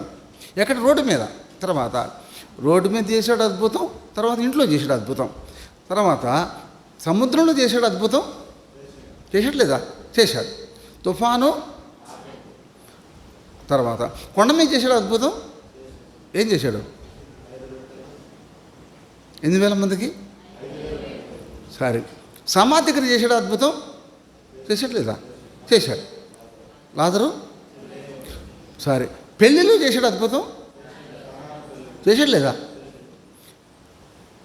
యేసుప్రభు పేరేం పేరు? ఆశ్చర్యకరుడు, అద్భుతములు చేసే దేవుడు. ఎటువంటి అద్భుతాలు? పరిశోధింపదాని మహాకార్యములు, లెక్కలేనన్ని అద్భుత క్రియలు చేసేవాడు మన దేవుడు. యోబు గ్రంథం 5వ అధ్యాయం 9వ వచనం. యోబు 5:9. ఆయన పరిశోధింపదాని మహాకార్యములను, లెక్కలేని అద్భుత క్రియలను చేయువాడు. అయిపోయింది. ఇప్పుడు ఇక్కడ మనం గమనించేది ఏమిటంటే, యేసు ప్రభు రోడ్డు మీద ఉంటే అద్భుతం, కొండ మీద ఉంటే అద్భుతం, సముద్రంలో ఉంటే అద్భుతం, సమాధి దగ్గర ఉంటే అద్భుతం, పెళ్ళిలో ఉంటే అద్భుతం, ఇంట్లో ఉంటే అద్భుతం. ఆ యేసు ప్రభు మన ఇంట్లో ఉంటే అద్భుతాలు జరుగుతాయి జరగవా? ఏందమ్మా పలకలేంది? జరుగుతాయి జరగవా? యేసు ప్రభు హృదయంలో ఉంటే జరుగుతాయి జరగవా?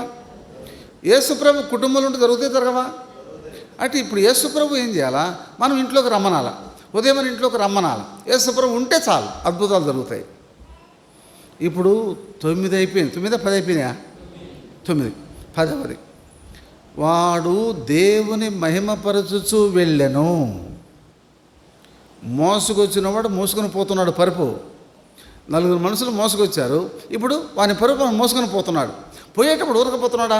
స్తోత్రం స్తోత్రం స్తోత్రం హల్లెలూయా స్తోత్రం స్తోత్రం స్తోత్రం స్తోత్రం స్తోత్రం స్తోత్రం బాగా చేసిందని చెప్పి దేవుని స్తుతించు వెళ్ళిపోయినాడు.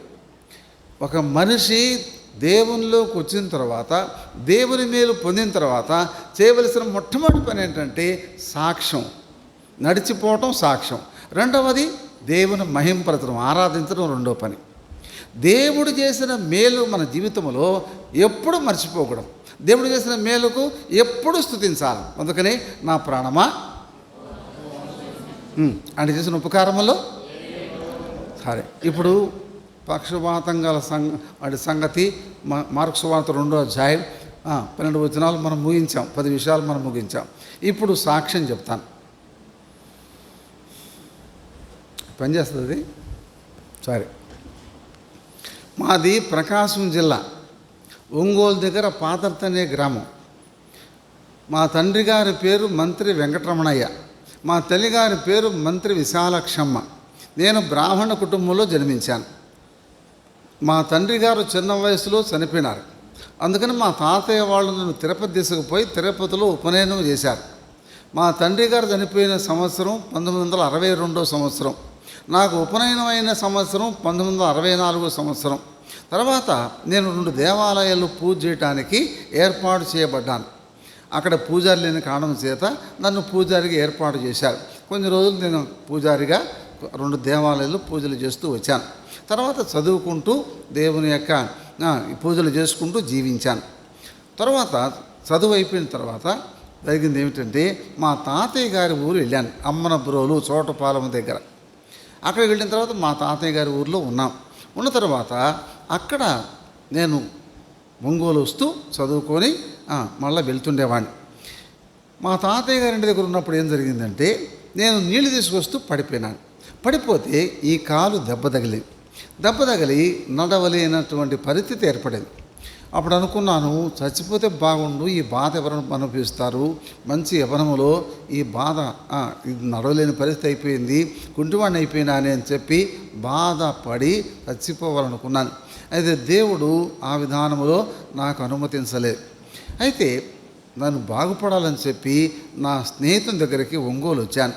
ఒంగోలులో నేను ఎస్కోలు ప్రార్థనా మందిరం అని, ఆ ప్రార్థనా మందిరం బయట ఒక వాక్యం రాస్తుంది. వాక్యం ఏంటంటే, నా యొద్దకు వచ్చేవాడిని ఎంత మాత్రము బయటకు త్రోసివిడిని యేసు ప్రభు చెప్పాను. ఈ వాక్యం చూసి నవ్వుకుంటూ పోయేవాడిని.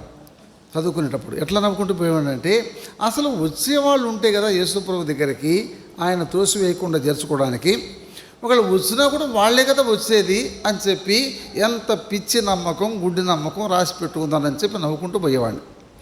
అయితే నా స్నేహితుని దగ్గర ఉన్నటువంటి దినాలు ట్రీట్మెంట్ కొరకు వచ్చాను. నా స్నేహితుడు ఈ ప్రార్థనా మందిరానికి పోయేవాడు. ఈ ప్రార్థనా మందిరానికి పోతున్న కారణం చేత నేను అతని రూములో ఉన్నాను ట్రీట్మెంట్ కొరకు. ఆ టైంలో ఆ అబ్బాయి యేసు ప్రభుని గురించి చెప్పడం ఆరంభించాడు. ఏమండి పంతులు గారు, మీరు కూడా ప్రభుని నమ్ముకోండి, ప్రభుని నమ్ముకుంటే మన పాపాలు పోతాయి, మనం పరలోకానికి పోతాం అని చెప్పేవాడు. బ్రాహ్మణులు అంత సులువుగా వింటారా?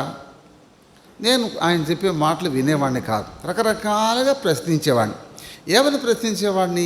అయ్యా, నువ్వు శూద్రుడివి, నేను బ్రాహ్మణ్ణి, నీకు తిథి నక్షత్రం ముహూర్తం లగ్నం మంచులు నేను చెప్పాలి, నేను చెప్పింది నువ్వు వినాలి, నువ్వు చెప్పి నేను వింటమేమిటి అని ఈ విధంగా వాదించేవాడిని. లేదండి, యేసుప్రభు అందరికీ దేవుడు, ఆయన నమ్ముకుంటే మన పాపాలు పోతాయని చెప్పేవాడు. నేననేవాడిని, నీ దేవుడు నీకు, నా దేవుడు నాకు, నీ విశ్వాసం నీది, నా విశ్వాసం నాది, దేవుడు ఒక్కడే, అందరికీ దేవుడు ఒక్కడే. అయితే మనము చేసే పద్ధతులు మార్పు తప్ప అంతా ఒకటే అని వాదించేవాడిని. ఒకరోజు ఏం జరిగిందంటే, ఆయన స్నేహితుడు ఆయన చూడటానికి వచ్చాడు. ఆయన నాకు పరిచయం చేశాడు నా స్నేహితుడు. ఆయన నుండి, ఏమండి మేము బ్రాహ్మణులం, యేసు ప్రభు నమ్ముకున్నాం, మీరు కూడా నమ్ముకోండి అన్నాడు. నేను అన్నాను, ఏమండి క్రైస్తవులు ఉన్నారే, అన్నీ చేస్తారు, తాగుతారు, తిట్టుకుంటారు, అరుచుకుంటారు, అన్నీ చేస్తారు, మళ్ళీ ప్రార్థన చేస్తారు మేము అని చెప్పి మీరు ప్రార్థన చేస్తారు. ఏ బ్రాహ్మణ బజార్లో కానీ చూడండి తన్నుకోవటము కానీ, అరుచుకోవటము కానీ, తాగటము కానీ, తిట్టుకోవటం కానీ ఉంటుందా? మళ్ళీ మేము అన్నీ చేస్తూ ప్రార్థన చేస్తాం, పరలోకానికి పోతామంటారే, మీరు ఎట్లా పరలోకానికి పోతారండి అన్న. అప్పుడు ఆయన అన్నాడు, క్రైస్తవులందరూ పరలోకానికి పోరండి, ప్రార్థన చేసే వాళ్ళందరూ పరలోకానికి పోరు, మారు మనసు పొంది రక్షణ పొందిన వాళ్ళే పరలోకానికి పోతారండి అన్నాడు. నేను అన్నాను, మీరు జీవహింస చేస్తారు కదా, దేన్నో దాన్ని కోసుకొని తింటారు, ఎంత పాపం అది, మీరు ఎట్లా పరలోకానికి పోతారండి అన్న. ఆయన అన్నాడు, దేవుడు కూరగాయలు ఇచ్చినట్లుగా ఇచ్చాడు, ఇష్టమైతే తినొచ్చు, కష్టమైతే మానేయచ్చు, మనల్ని లోపల నుంచి వచ్చే పాపంలోకి నడిపిస్తాయి, ప్రభుని నమ్ముకుంటే మన పాపాలు పోతాయండి అన్నాడు. నేనన్నాను, ఈ వయసులో ఉంటండి ప్రభుని నమ్ముకునేది, ముసలి వయసులో కదా భక్తి వైరాగ్యం చేయాల్సిందే అన్నాను. అప్పుడు ఆయన ఏమన్నాడంటే, ఏమండి ఒక మంచి మామిడి పండు ఉందనుకోండి, మీకు ఇస్తే ఎంత సంతోషం, పండంతా నేను తినేసి మిగిలిపోయింది మీకు ఇస్తే సంతోషం, అలాగే వయసంతా లోకానికి పాపానికి ఇచ్చి ముసలి వయసులో తండ్రి దేవుడు అని చెప్పంటే దేవుడికి మాత్రమే సంతోషం, చిన్నప్పుడే ప్రభుని నమ్ముకోండి అన్నాడు. ఇక ఈయన వదిలిపెట్టట్లేదని చెప్పి ఏమన్నానంటే, ఎప్పుడోసారి నమ్ముకుంటాలేండి అన్న. ప్రార్థన చేసి వెళ్ళిపోయినాడు. ఈయన ప్రార్థన మందిరానికి పోతున్నాడు. నేను ఏ మందిరం బోర్డు చూసి ఎగతాళి చేస్తూ వచ్చానో, ఆ ప్రార్థనా మందిరంలో 3 రోజులు స్పెషల్ మీటింగ్లు, శుక్ర శని ఆది. ఆ మీటింగులకు వచ్చే సేవకులు ఎవరంటే, విజయవాడ బెంజమిన్ గారు, గుంటూరు సువన్రావు గారు, తర్వాత తెనాలి దేవసహాయం గారు, 3 రోజులు 3 స్పీకర్లు, 3 వర్తమానికులు. నా స్నేహితుడు నన్ను ఆహ్వానించాడు. ఏమండి మా చర్చిలో మీటింగులు, ప్రార్థనకు పోదాం రండి అని చెప్పి పిలిచాడు. నేను అన్నాను, అయ్యా బ్రాహ్మణం ఏంది చర్చికి వచ్చేది? నేను చర్చికి వస్తే మా కులస్తులు బంధువులు రానిస్తారా? నేను రానయ్యా అన్న. ఆయన అన్నాడు, చాలా బాగా చెప్తారండి, చాలా బాగా చెప్తారు, మంచి వాక్యం చెప్తారు, రండి అన్నాడు. అప్పుడు నాకేమనిపించిందంటే, వినదగుని ఎవరు చెప్పినా వినినంత వేగిపడక వివరింపదగున్. మంచి మాటలు వినచ్చు కదా, తప్పే ఉంది, మనమేం మతం తీసుకుంటామా, చేరతామా, పోయి ఆలకిద్దాములే అని చెప్పి వచ్చాను. అది మొట్టమొదటి రోజు మీటింగ్, శుక్రవారం సాయంకాలం మొదటి మీటింగ్కి వచ్చాను. పాటలు పాడినంతసేపు విన్నాను. పాటలు అయిన తర్వాత ఏమనుకున్నానంటే, వాళ్ళు చెప్పేది వాళ్ళ దేవుని గురించే చెప్తారు. మన దేవతలు మన దేవుళ్ళ గురించి చెప్తారా? చెప్పరు. కాబట్టి వాళ్ళ దేవుని గురించి చెప్పినప్పుడు మనం ఎందుకు వినాలా అని చెప్పి ముందు కూర్చొని నిద్రపోయిన వాళ్ళకి ఏమైనా అర్థమవుతుందా? నిద్రపోయిన వాళ్ళు దేంతో సమానం? చచ్చిన వాళ్ళతో సమానం. నాకేం అర్థం కాల. అయిపోయింది మీటింగ్, శుక్రవారం అయిపోయింది. శనివారం నాడు రమ్మన్నాడు మళ్ళీ. అయ్యా ఈరోజు ఇంకొక పాస్టర్ గారు చెప్తారు రాయ్యా అన్నాడు. నేను అనుకున్నాను, నేను నిద్రపోయినా మనకేం అర్థం కాలేదు, ఈరోజు ఆలకిద్దాం, అసలు ఏం చెప్తారో చూద్దామని చెప్పి వచ్చాను. ఆ రోజు ఇంకొక సేవకుడు చెప్తున్నాడు, సోనరావు గారని, నువ్వు ఏ కులమైనా ఏ వయసులో ఉన్నా మారు మనసు పొందవలను, రక్షణ పొందవలను, తిరిగి జన్మించవలను అని బోధిస్తున్నాడు. నేను కూర్చుని ఆలోచన చేస్తున్నాను, అసలు మనసు అనేది ఎట్లా మారుతుంది? ఒక అబద్ధం ఆడకుండా, ఒక సినిమా చూడకుండా, ఒక చెడ్డమాట మాట్లాడకుండా ఈ లోకంలో మనం ఎట్లా ఉండగలము? కాబట్టి వీళ్ళు చెప్పే భక్తి మనకు కుదిరేది కాదు. ఎక్కడో నోటికి ఒకళ్ళిద్దరు ఉంటారు ఈ భక్తులు అని చెప్పి అనుకున్నాను. అయిపోయింది మీటింగ్.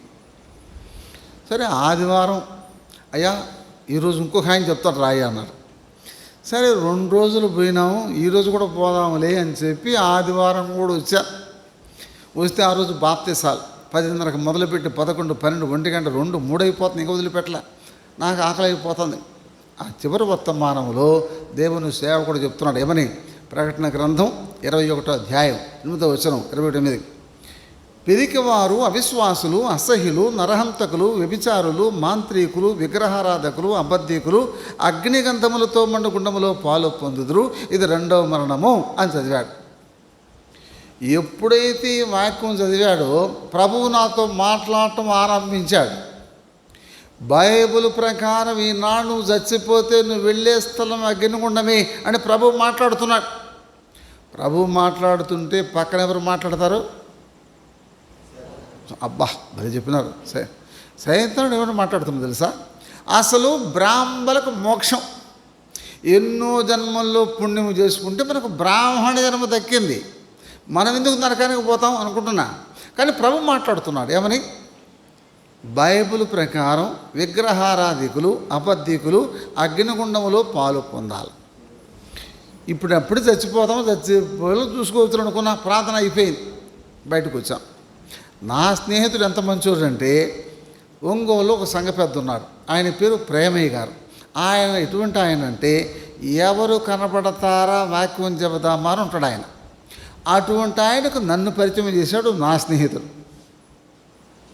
ఆయన ఉండయ్యా 2 మాటలు చెప్తాను వింటారా అన్నాడు. సరే చెప్పండి వింటాను, కూర్చోమన్నాడు. ఏవండి మీరు ఎవరన్నాడు? మేము బ్రాహ్మణులం అన్నాను. ఏవండి మీరు ఎప్పుడైనా అబద్ధం ఆడారా అన్నాడు. అబద్ధం ఎప్పుడు ఆడతాం? ఆదివారం, సోమవారమా? నేను అన్నాను రోజు ఆడతాం కదా అబద్ధం అన్నాను. ఆయన అన్నాడు, రోజుకు ఒక అబద్ధం ఆడితే వారానికి ఎన్ని, నెలకి ఎన్ని, సంవత్సరానికి ఎన్ని? ఇప్పుడు ఊహ తెలిసిన తర్వాత మీకు ఎన్ని వేల అబద్ధాలు తెలుసా అన్నాడు. అప్పుడు అర్థమైపోయింది. ఒక అబద్ధం 8,000 అయిపోతే ఇంక చెడ్డ మాటలు ఏమిటి, సినిమాలు ఏమిటి, సిగరెట్లు ఏమిటి, ఇవన్నీ లెక్క వేసుకోండి అన్నాడు. అప్పుడు అర్థమైపోయాయి. అయ్యో కొన్ని వేల పాపాలు చేసాము కదా అనిపించింది. అప్పుడు అన్నాడు ఆయన, ఏమండి మీరు ఏ దేవుడిని పూజ చేస్తారండి అన్నాడు. మేము బ్రాహ్మణులం చాలామంది దేవుడిని పూజ చేస్తాం. అప్పుడు అన్నాడు ఆయన, అయ్యా అట్లయితే మీ పాపాలు పరిహారం అయిపోయినాయా అన్నాడు. నేను అన్నాను, పాపాలు పరిహారమైంది లేనిది ఇక్కడెట్లా తెలుస్తాయండి, చచ్చిపోతే కదా తెలిసేది అన్నాను. ఆయన అన్నాడు, అయ్యా చచ్చిపోగానే ఏం చేస్తారంటే తీసుకుపోయి శుభ్రంగా గుంట తీసి గుంటలో పెట్టి పూడి చేస్తారు. లేకపోతే ఏం చేస్తారు, నిప్పు పెట్టి శుభ్రంగా తగలబెడతారు. ఇక చచ్చిపోయిన తర్వాత చేసింది అనుభవించడం తప్ప తెలుసుకోవడానికి సమయం ఉండదు. అందుకని చచ్చిపోక మునిపే తెలుసుకోవాలన్నాడు. అంటూ అయ్యా మీరు నమ్ముకున్న దేవుళ్ళు భూలోకానికి ఎందుకు వచ్చారండి అన్నాడు. మేము నమ్ముకున్న దేవుళ్ళు భూలోకానికి ఎందుకు వచ్చారంటే దుష్ట శిక్షణ శిష్ట రక్షణ అండి అన్న. ఏమిటయ్యా దాని అర్థం అన్నాడు. మేము పూజించే దేవుళ్ళు భూలోకానికి ఎందుకు వచ్చారంటే దుర్మార్గులను శిక్షించడానికి సన్మార్గం రక్షించడానికండి అన్న. అట్లయితే మేము దుర్మార్గుల సన్మార్గుల అన్నాడు. అప్పుడు ఒక నిమిషం ఆలోచన చేశాను. ఏమని ఆలోచన చేశానంటే మనం బ్రాహ్మణం, చీకటితో అయితే స్నానము చేసి సంజవాచి నైవేద్యం పెట్టి అభిషేకం చేసి వస్తాం. ఒకళ్ళు జోలికి పోం, ఒక నీళ్ళు కూడా తాగం. మనం ఎట్లా దుర్మార్గులం, మనం సన్మార్గులు అని చెప్దాం అనుకున్నా. మళ్ళీ ఏమనిపించిందంటే మనం ఎంత బ్రాహ్మణమైనా ఎంత భక్తి ఉన్నా ఎన్ని పూజలు చేసినా ఏదో ఒక అబద్ధం ఆడతాం, ఏదో చెడ్డమాట మాట్లాడతాం, ఏదో పొరపాటు చేస్తాం. కాబట్టి మనం ఎట్లా సన్మార్గులం? అప్పుడు చెప్పాను, అయ్యా కులం బ్రాహ్మణమే కానీ ఏదో పొరపాటు చేస్తాం కూడా దుర్మార్గులమే కదా. అప్పుడు ఆయన అన్నాడు, అయ్యా దుర్మార్గులైతే పాపానికి శిక్ష ఏమిటో తెలుసా అన్నాడు. పిల్లవాడికి కూడా తెలుసు కదండి అన్నా. ఏమిటయ్యా అన్నాడు. పాపం చేసిన వాళ్ళు నరకానికి పోతారు కదా అని. మరి పాపం చేసిన నరకానికి పోతే మీరు ఎక్కడికి పోతారండి అన్నాడు. ఇప్పుడు నేను ఎక్కడికి పోవాలా? నేను కూడా నరకానికి పోవాలి కదా, నరకానికి పోవాలి కదా. అప్పుడు ఆయన అన్నాడు, నరకానికి పోవడం మీకు ఇష్టమేనా అన్నాడు. నాకు ఇష్టం లేదండి అన్న. అప్పుడు ఏమన్నా తెలుసా, నరకానికి పోవటానికి మీకు ఇష్టం ఉన్నా ఇష్టం లేకపోయినా చేసిన పాపాన్ని బట్టి నరకానికి పోవలసిందే అన్నాడు. ఇంకేం మాట్లాడతాం? చేసిన పాపాన్ని బట్టి నరకానికి పోవలసిందే అన్నాడు. ఇంకా వాదించడానికి ప్రశ్నించడానికి మాట్లాడటానికి అవకాశం లేకుండా చెప్పేశాడు. మళ్ళీ అన్నాడు, అయ్యా నరకం తప్పించుకునే మరొకటి చెప్తాను వింటావా అన్నాడు. అప్పుడు బైబిల్ చదివాడు. పాపులను రక్షించుటకు క్రీస్తు యేసు లోకమునకు వచ్చెను. పాపం చేసిన వాళ్ళని శిక్షించడానికి యేసు ప్రభు రాలా, పాపం చేసిన వాళ్ళను రక్షించడానికి యేసు ప్రభు లోకానికి వచ్చాడు. ఎలా రక్షిస్తాడయ్యా పాపం చేసిన వాళ్ళను అడిగాను. అప్పుడు చెప్పాడయ్యా, ఆయన దేవుడయ్యుండి మానవుడిగా భూలోకములు అవతరించాడు. ఆయన దేవుడు కాబట్టి పాపం లేకుండా జన్మించాడు, పాపము లేకుండా జీవించాడు, మన పాపాల కొరకే ప్రాణం పెట్టాడు. దేవుడు కాబట్టి మట్టికి మట్టి పొలా ఆయన సమాధిని చేయించి 3వ రోజు తిరిగి లేచాడు. ఆ యేసుప్రభుని నమ్ముకుంటే మన పాపాలు పోతాయి, పరలోకానికి పోతామన్నాడు. అప్పుడు అన్నాను, అయ్యా మీరు చెప్పింది బాగానే ఉంది, కానీ యేసుప్రభు నా పాపాలు క్షమించాడని చెప్పి నాకు నమ్మకం ఏమిటి, నాకు రుజువు ఏమిటని అడిగాను. అప్పుడు చెప్పాడయ్యా, ప్రభు దగ్గర ప్రార్థన చేయండి, తీర్మానం చేసుకోండి, ప్రభు మీ పాపాలు క్షమిస్తాడు, మీ జీవితాన్ని మారుస్తాడు. మళ్ళీ అబద్ధం ఆడలేరు, మళ్ళీ చెడ్డమాట మాట్లాడలేరు, ప్రభు మీ జీవితాన్ని మారుస్తాడు.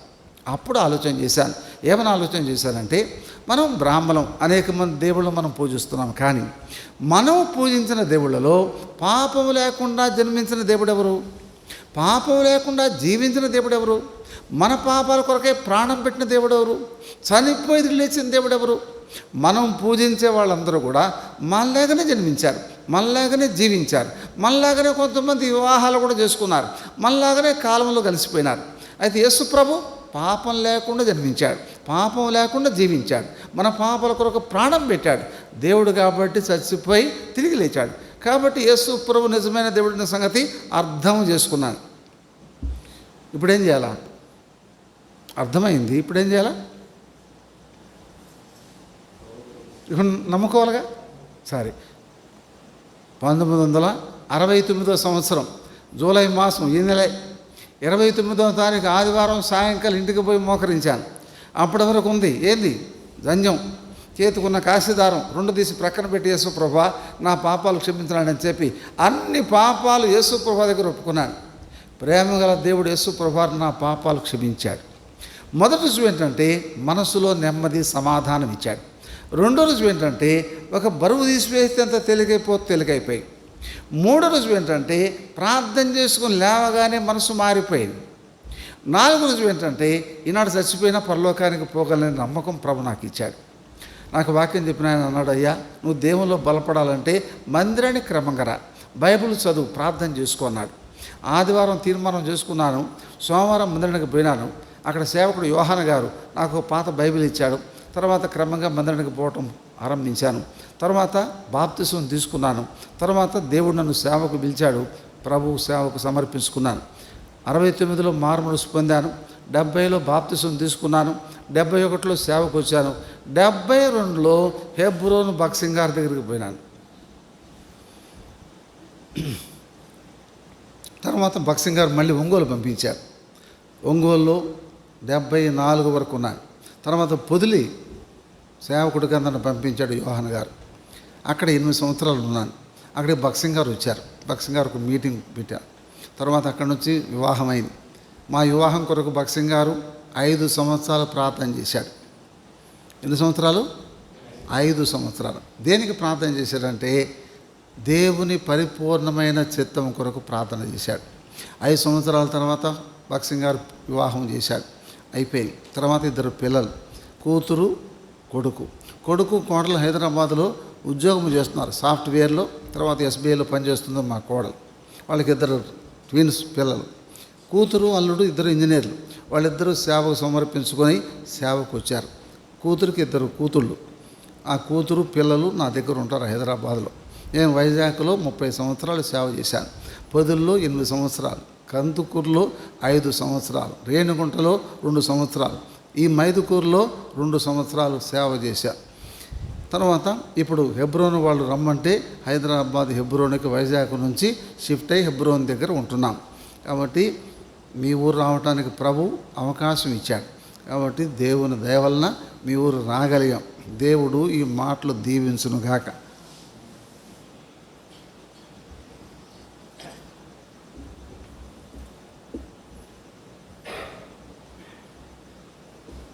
కూడికైన తర్వాత మరి అందరికి కూడా భోజనాలు ఏర్పాటు చేయబడ్డాయి. అందరు కూడా భోంచేసి వెళ్ళాలని ప్రభునామమున కోరుచున్నాం. రేపు ఉదయకాలము 10 గంటలకు మనకు ఆరాధన ఉంటుంది. మరి అన్న మన మధ్య ఉంటాడు. దయచేసి రేపు దినం కూడా ఆహ్వానిస్తున్నాం. 10 గంటలకే ఉదయకాలము 10 గంటలకే ఆరాధన కొడిక ప్రారంభించబడుతుంది. మిమ్మల్ని అందరినీ కూడా ప్రేమతో ఆహ్వానిస్తున్నాం. మోకరించండి, ప్రార్థన చేసుకుందాం.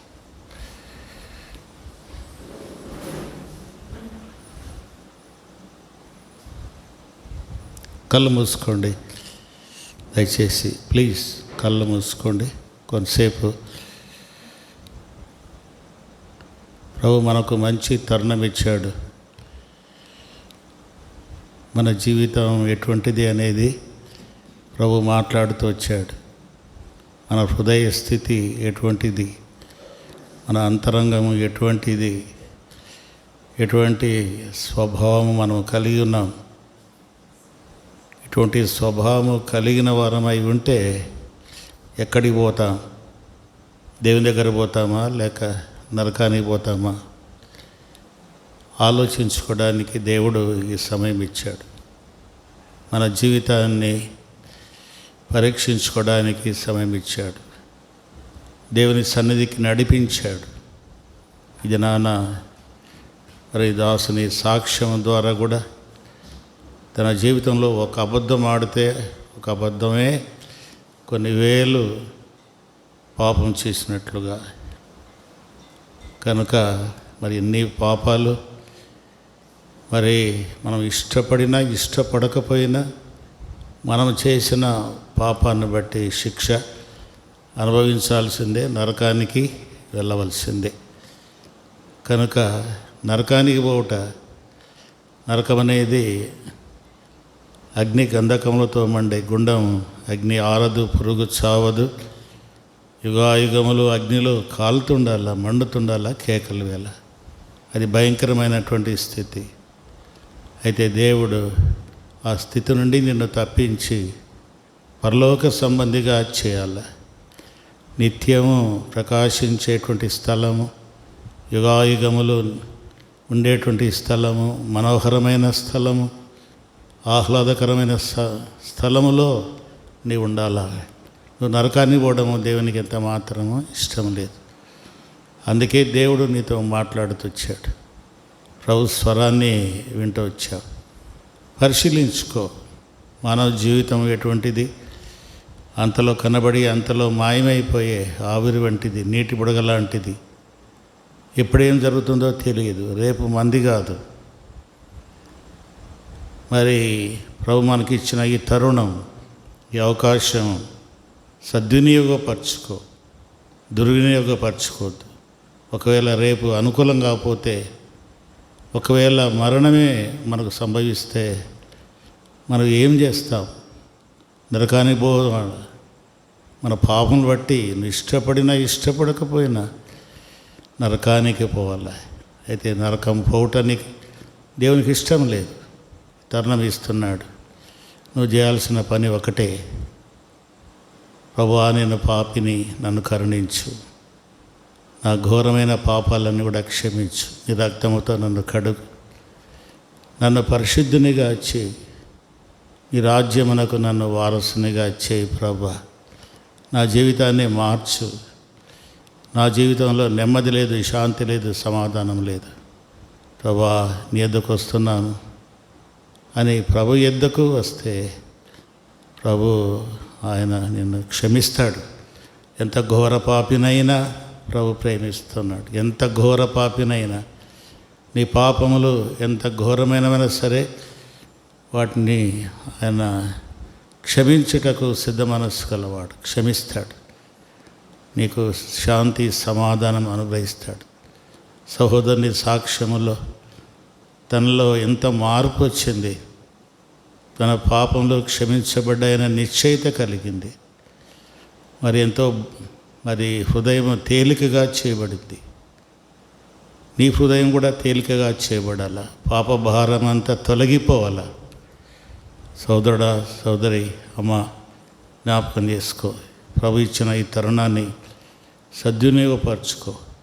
కొద్ది నిమిషాలు మౌనంగా నీలోనే, నీ హృదయంలోనే ప్రార్థన చేయి. యేసయ్యా నన్ను క్షమించు, యేసయ్యా నన్ను క్షమించు, యేసయ్యా నన్ను క్షమించు, నా పాపాలు క్షమించి యేసయ్యని నువ్వు ప్రార్థన చేస్తే ప్రభు నీకు సాయం చేస్తాడు. కొద్ది నిమిషాలు మౌనంగా కళ్ళు మూసుకో, అటు ఇటు చూడొద్దు, అటు ఇటు చూడొద్దు. నీ మనస్సు ప్రభు పైన ఉంచు, ప్రార్థన చేయి. చిన్న ప్రార్థన చేయండి. మోకరించి మీ మనస్సులోనే మరి మీ పాపం కొరకై, పాప క్షమాపణ కొరకై మరి చిన్న ప్రార్థన. యేసయ్యా నన్ను క్షమించు, ఈ రక్తముతో నన్ను కడుగు, ఆ నరకం నుండి తప్పించు, ఈ రాజ్యమునకు నన్ను వారసులుగా చేయని చిన్న ప్రార్థన చేయి.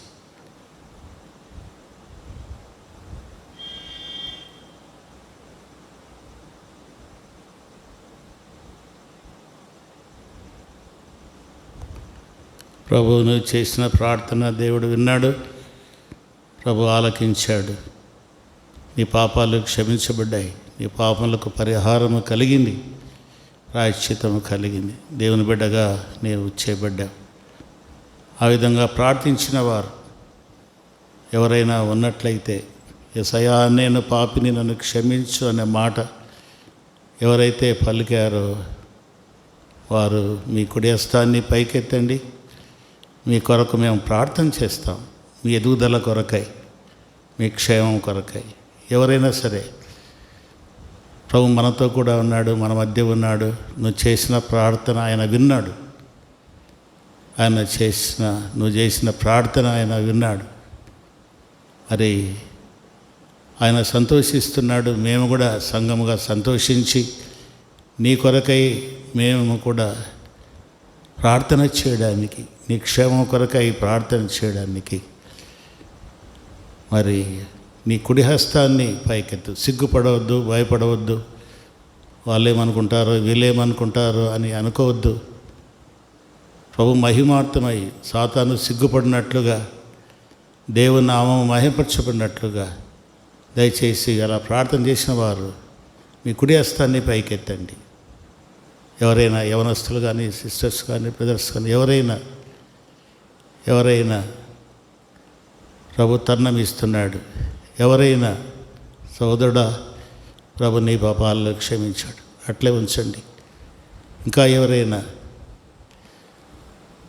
ఎవరైనా నీ పాప క్షమాపణ కొరకై ప్రభు తరుణం ఇస్తున్నాడు. మళ్ళీ రేపు నీది కాదు, రేపు సమయం ఉంటుందో లేదో. ఇంకా ఎవరైనా ఈ మీటింగ్ కొరకై ప్రభు నిన్ను తీసుకొచ్చాడు. అన్నను 3 రోజులు పోయాడు, చివరి రోజు ఆయన రక్షణ పొందాడు. ఇది కూడా నీకు రక్షణ దినం, అనుకూల సమయం. ఎవరైనా ఇంకా ముగిస్తున్నాం ఎవరైనా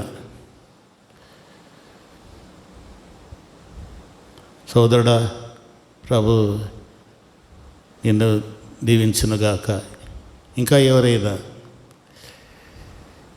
ఎవరైనా చేతులు దించండి, మీ కొరకు ప్రార్థన చేస్తాం.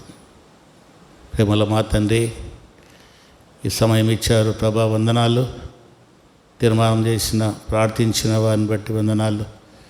వారి జీవితంలో ఇంకా నీ కొరకై సాక్షులుగా నమ్మకస్తులుగా జీవించుటకు నీ కృప దయచేయి ప్రభా. విత్తబడినటువంటి మాటలు మార్క్స్ వార్త 2వ అధ్యాయంలో 10 విషయాలు మాకు తెలియపరుస్తూ వచ్చారు. అనేకమైన నూతన సంగతులు తెలియపరుస్తూ వచ్చారు ప్రభా. నీ మాటల్లోని జీవాన్ని మేము పొంది ప్రభా, మేము ఆత్మీయంగా అభివృద్ధి చెందినట్లుగా ఈ రాకడ కొరకైన సిద్ధపాటు, నిజమైన విశ్వాసులుగా, నిజమైన క్రైస్తవులుగా ప్రభా జీవించుటకు కృప చూపించండి.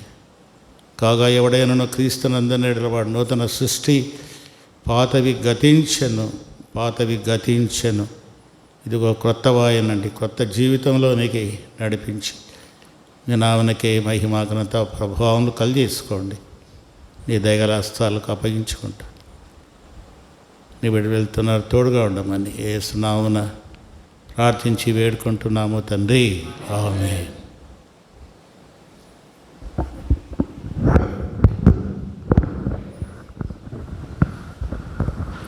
మన తండ్రి అయిన దేవుని నుండి, ప్రభువైన యేసుక్రీస్తు వారి నుండి పరిశుద్ధాత్మ అన్యోన్య సహవాసం సదాకాలం మనకు తోడై నడిపించునుగాక.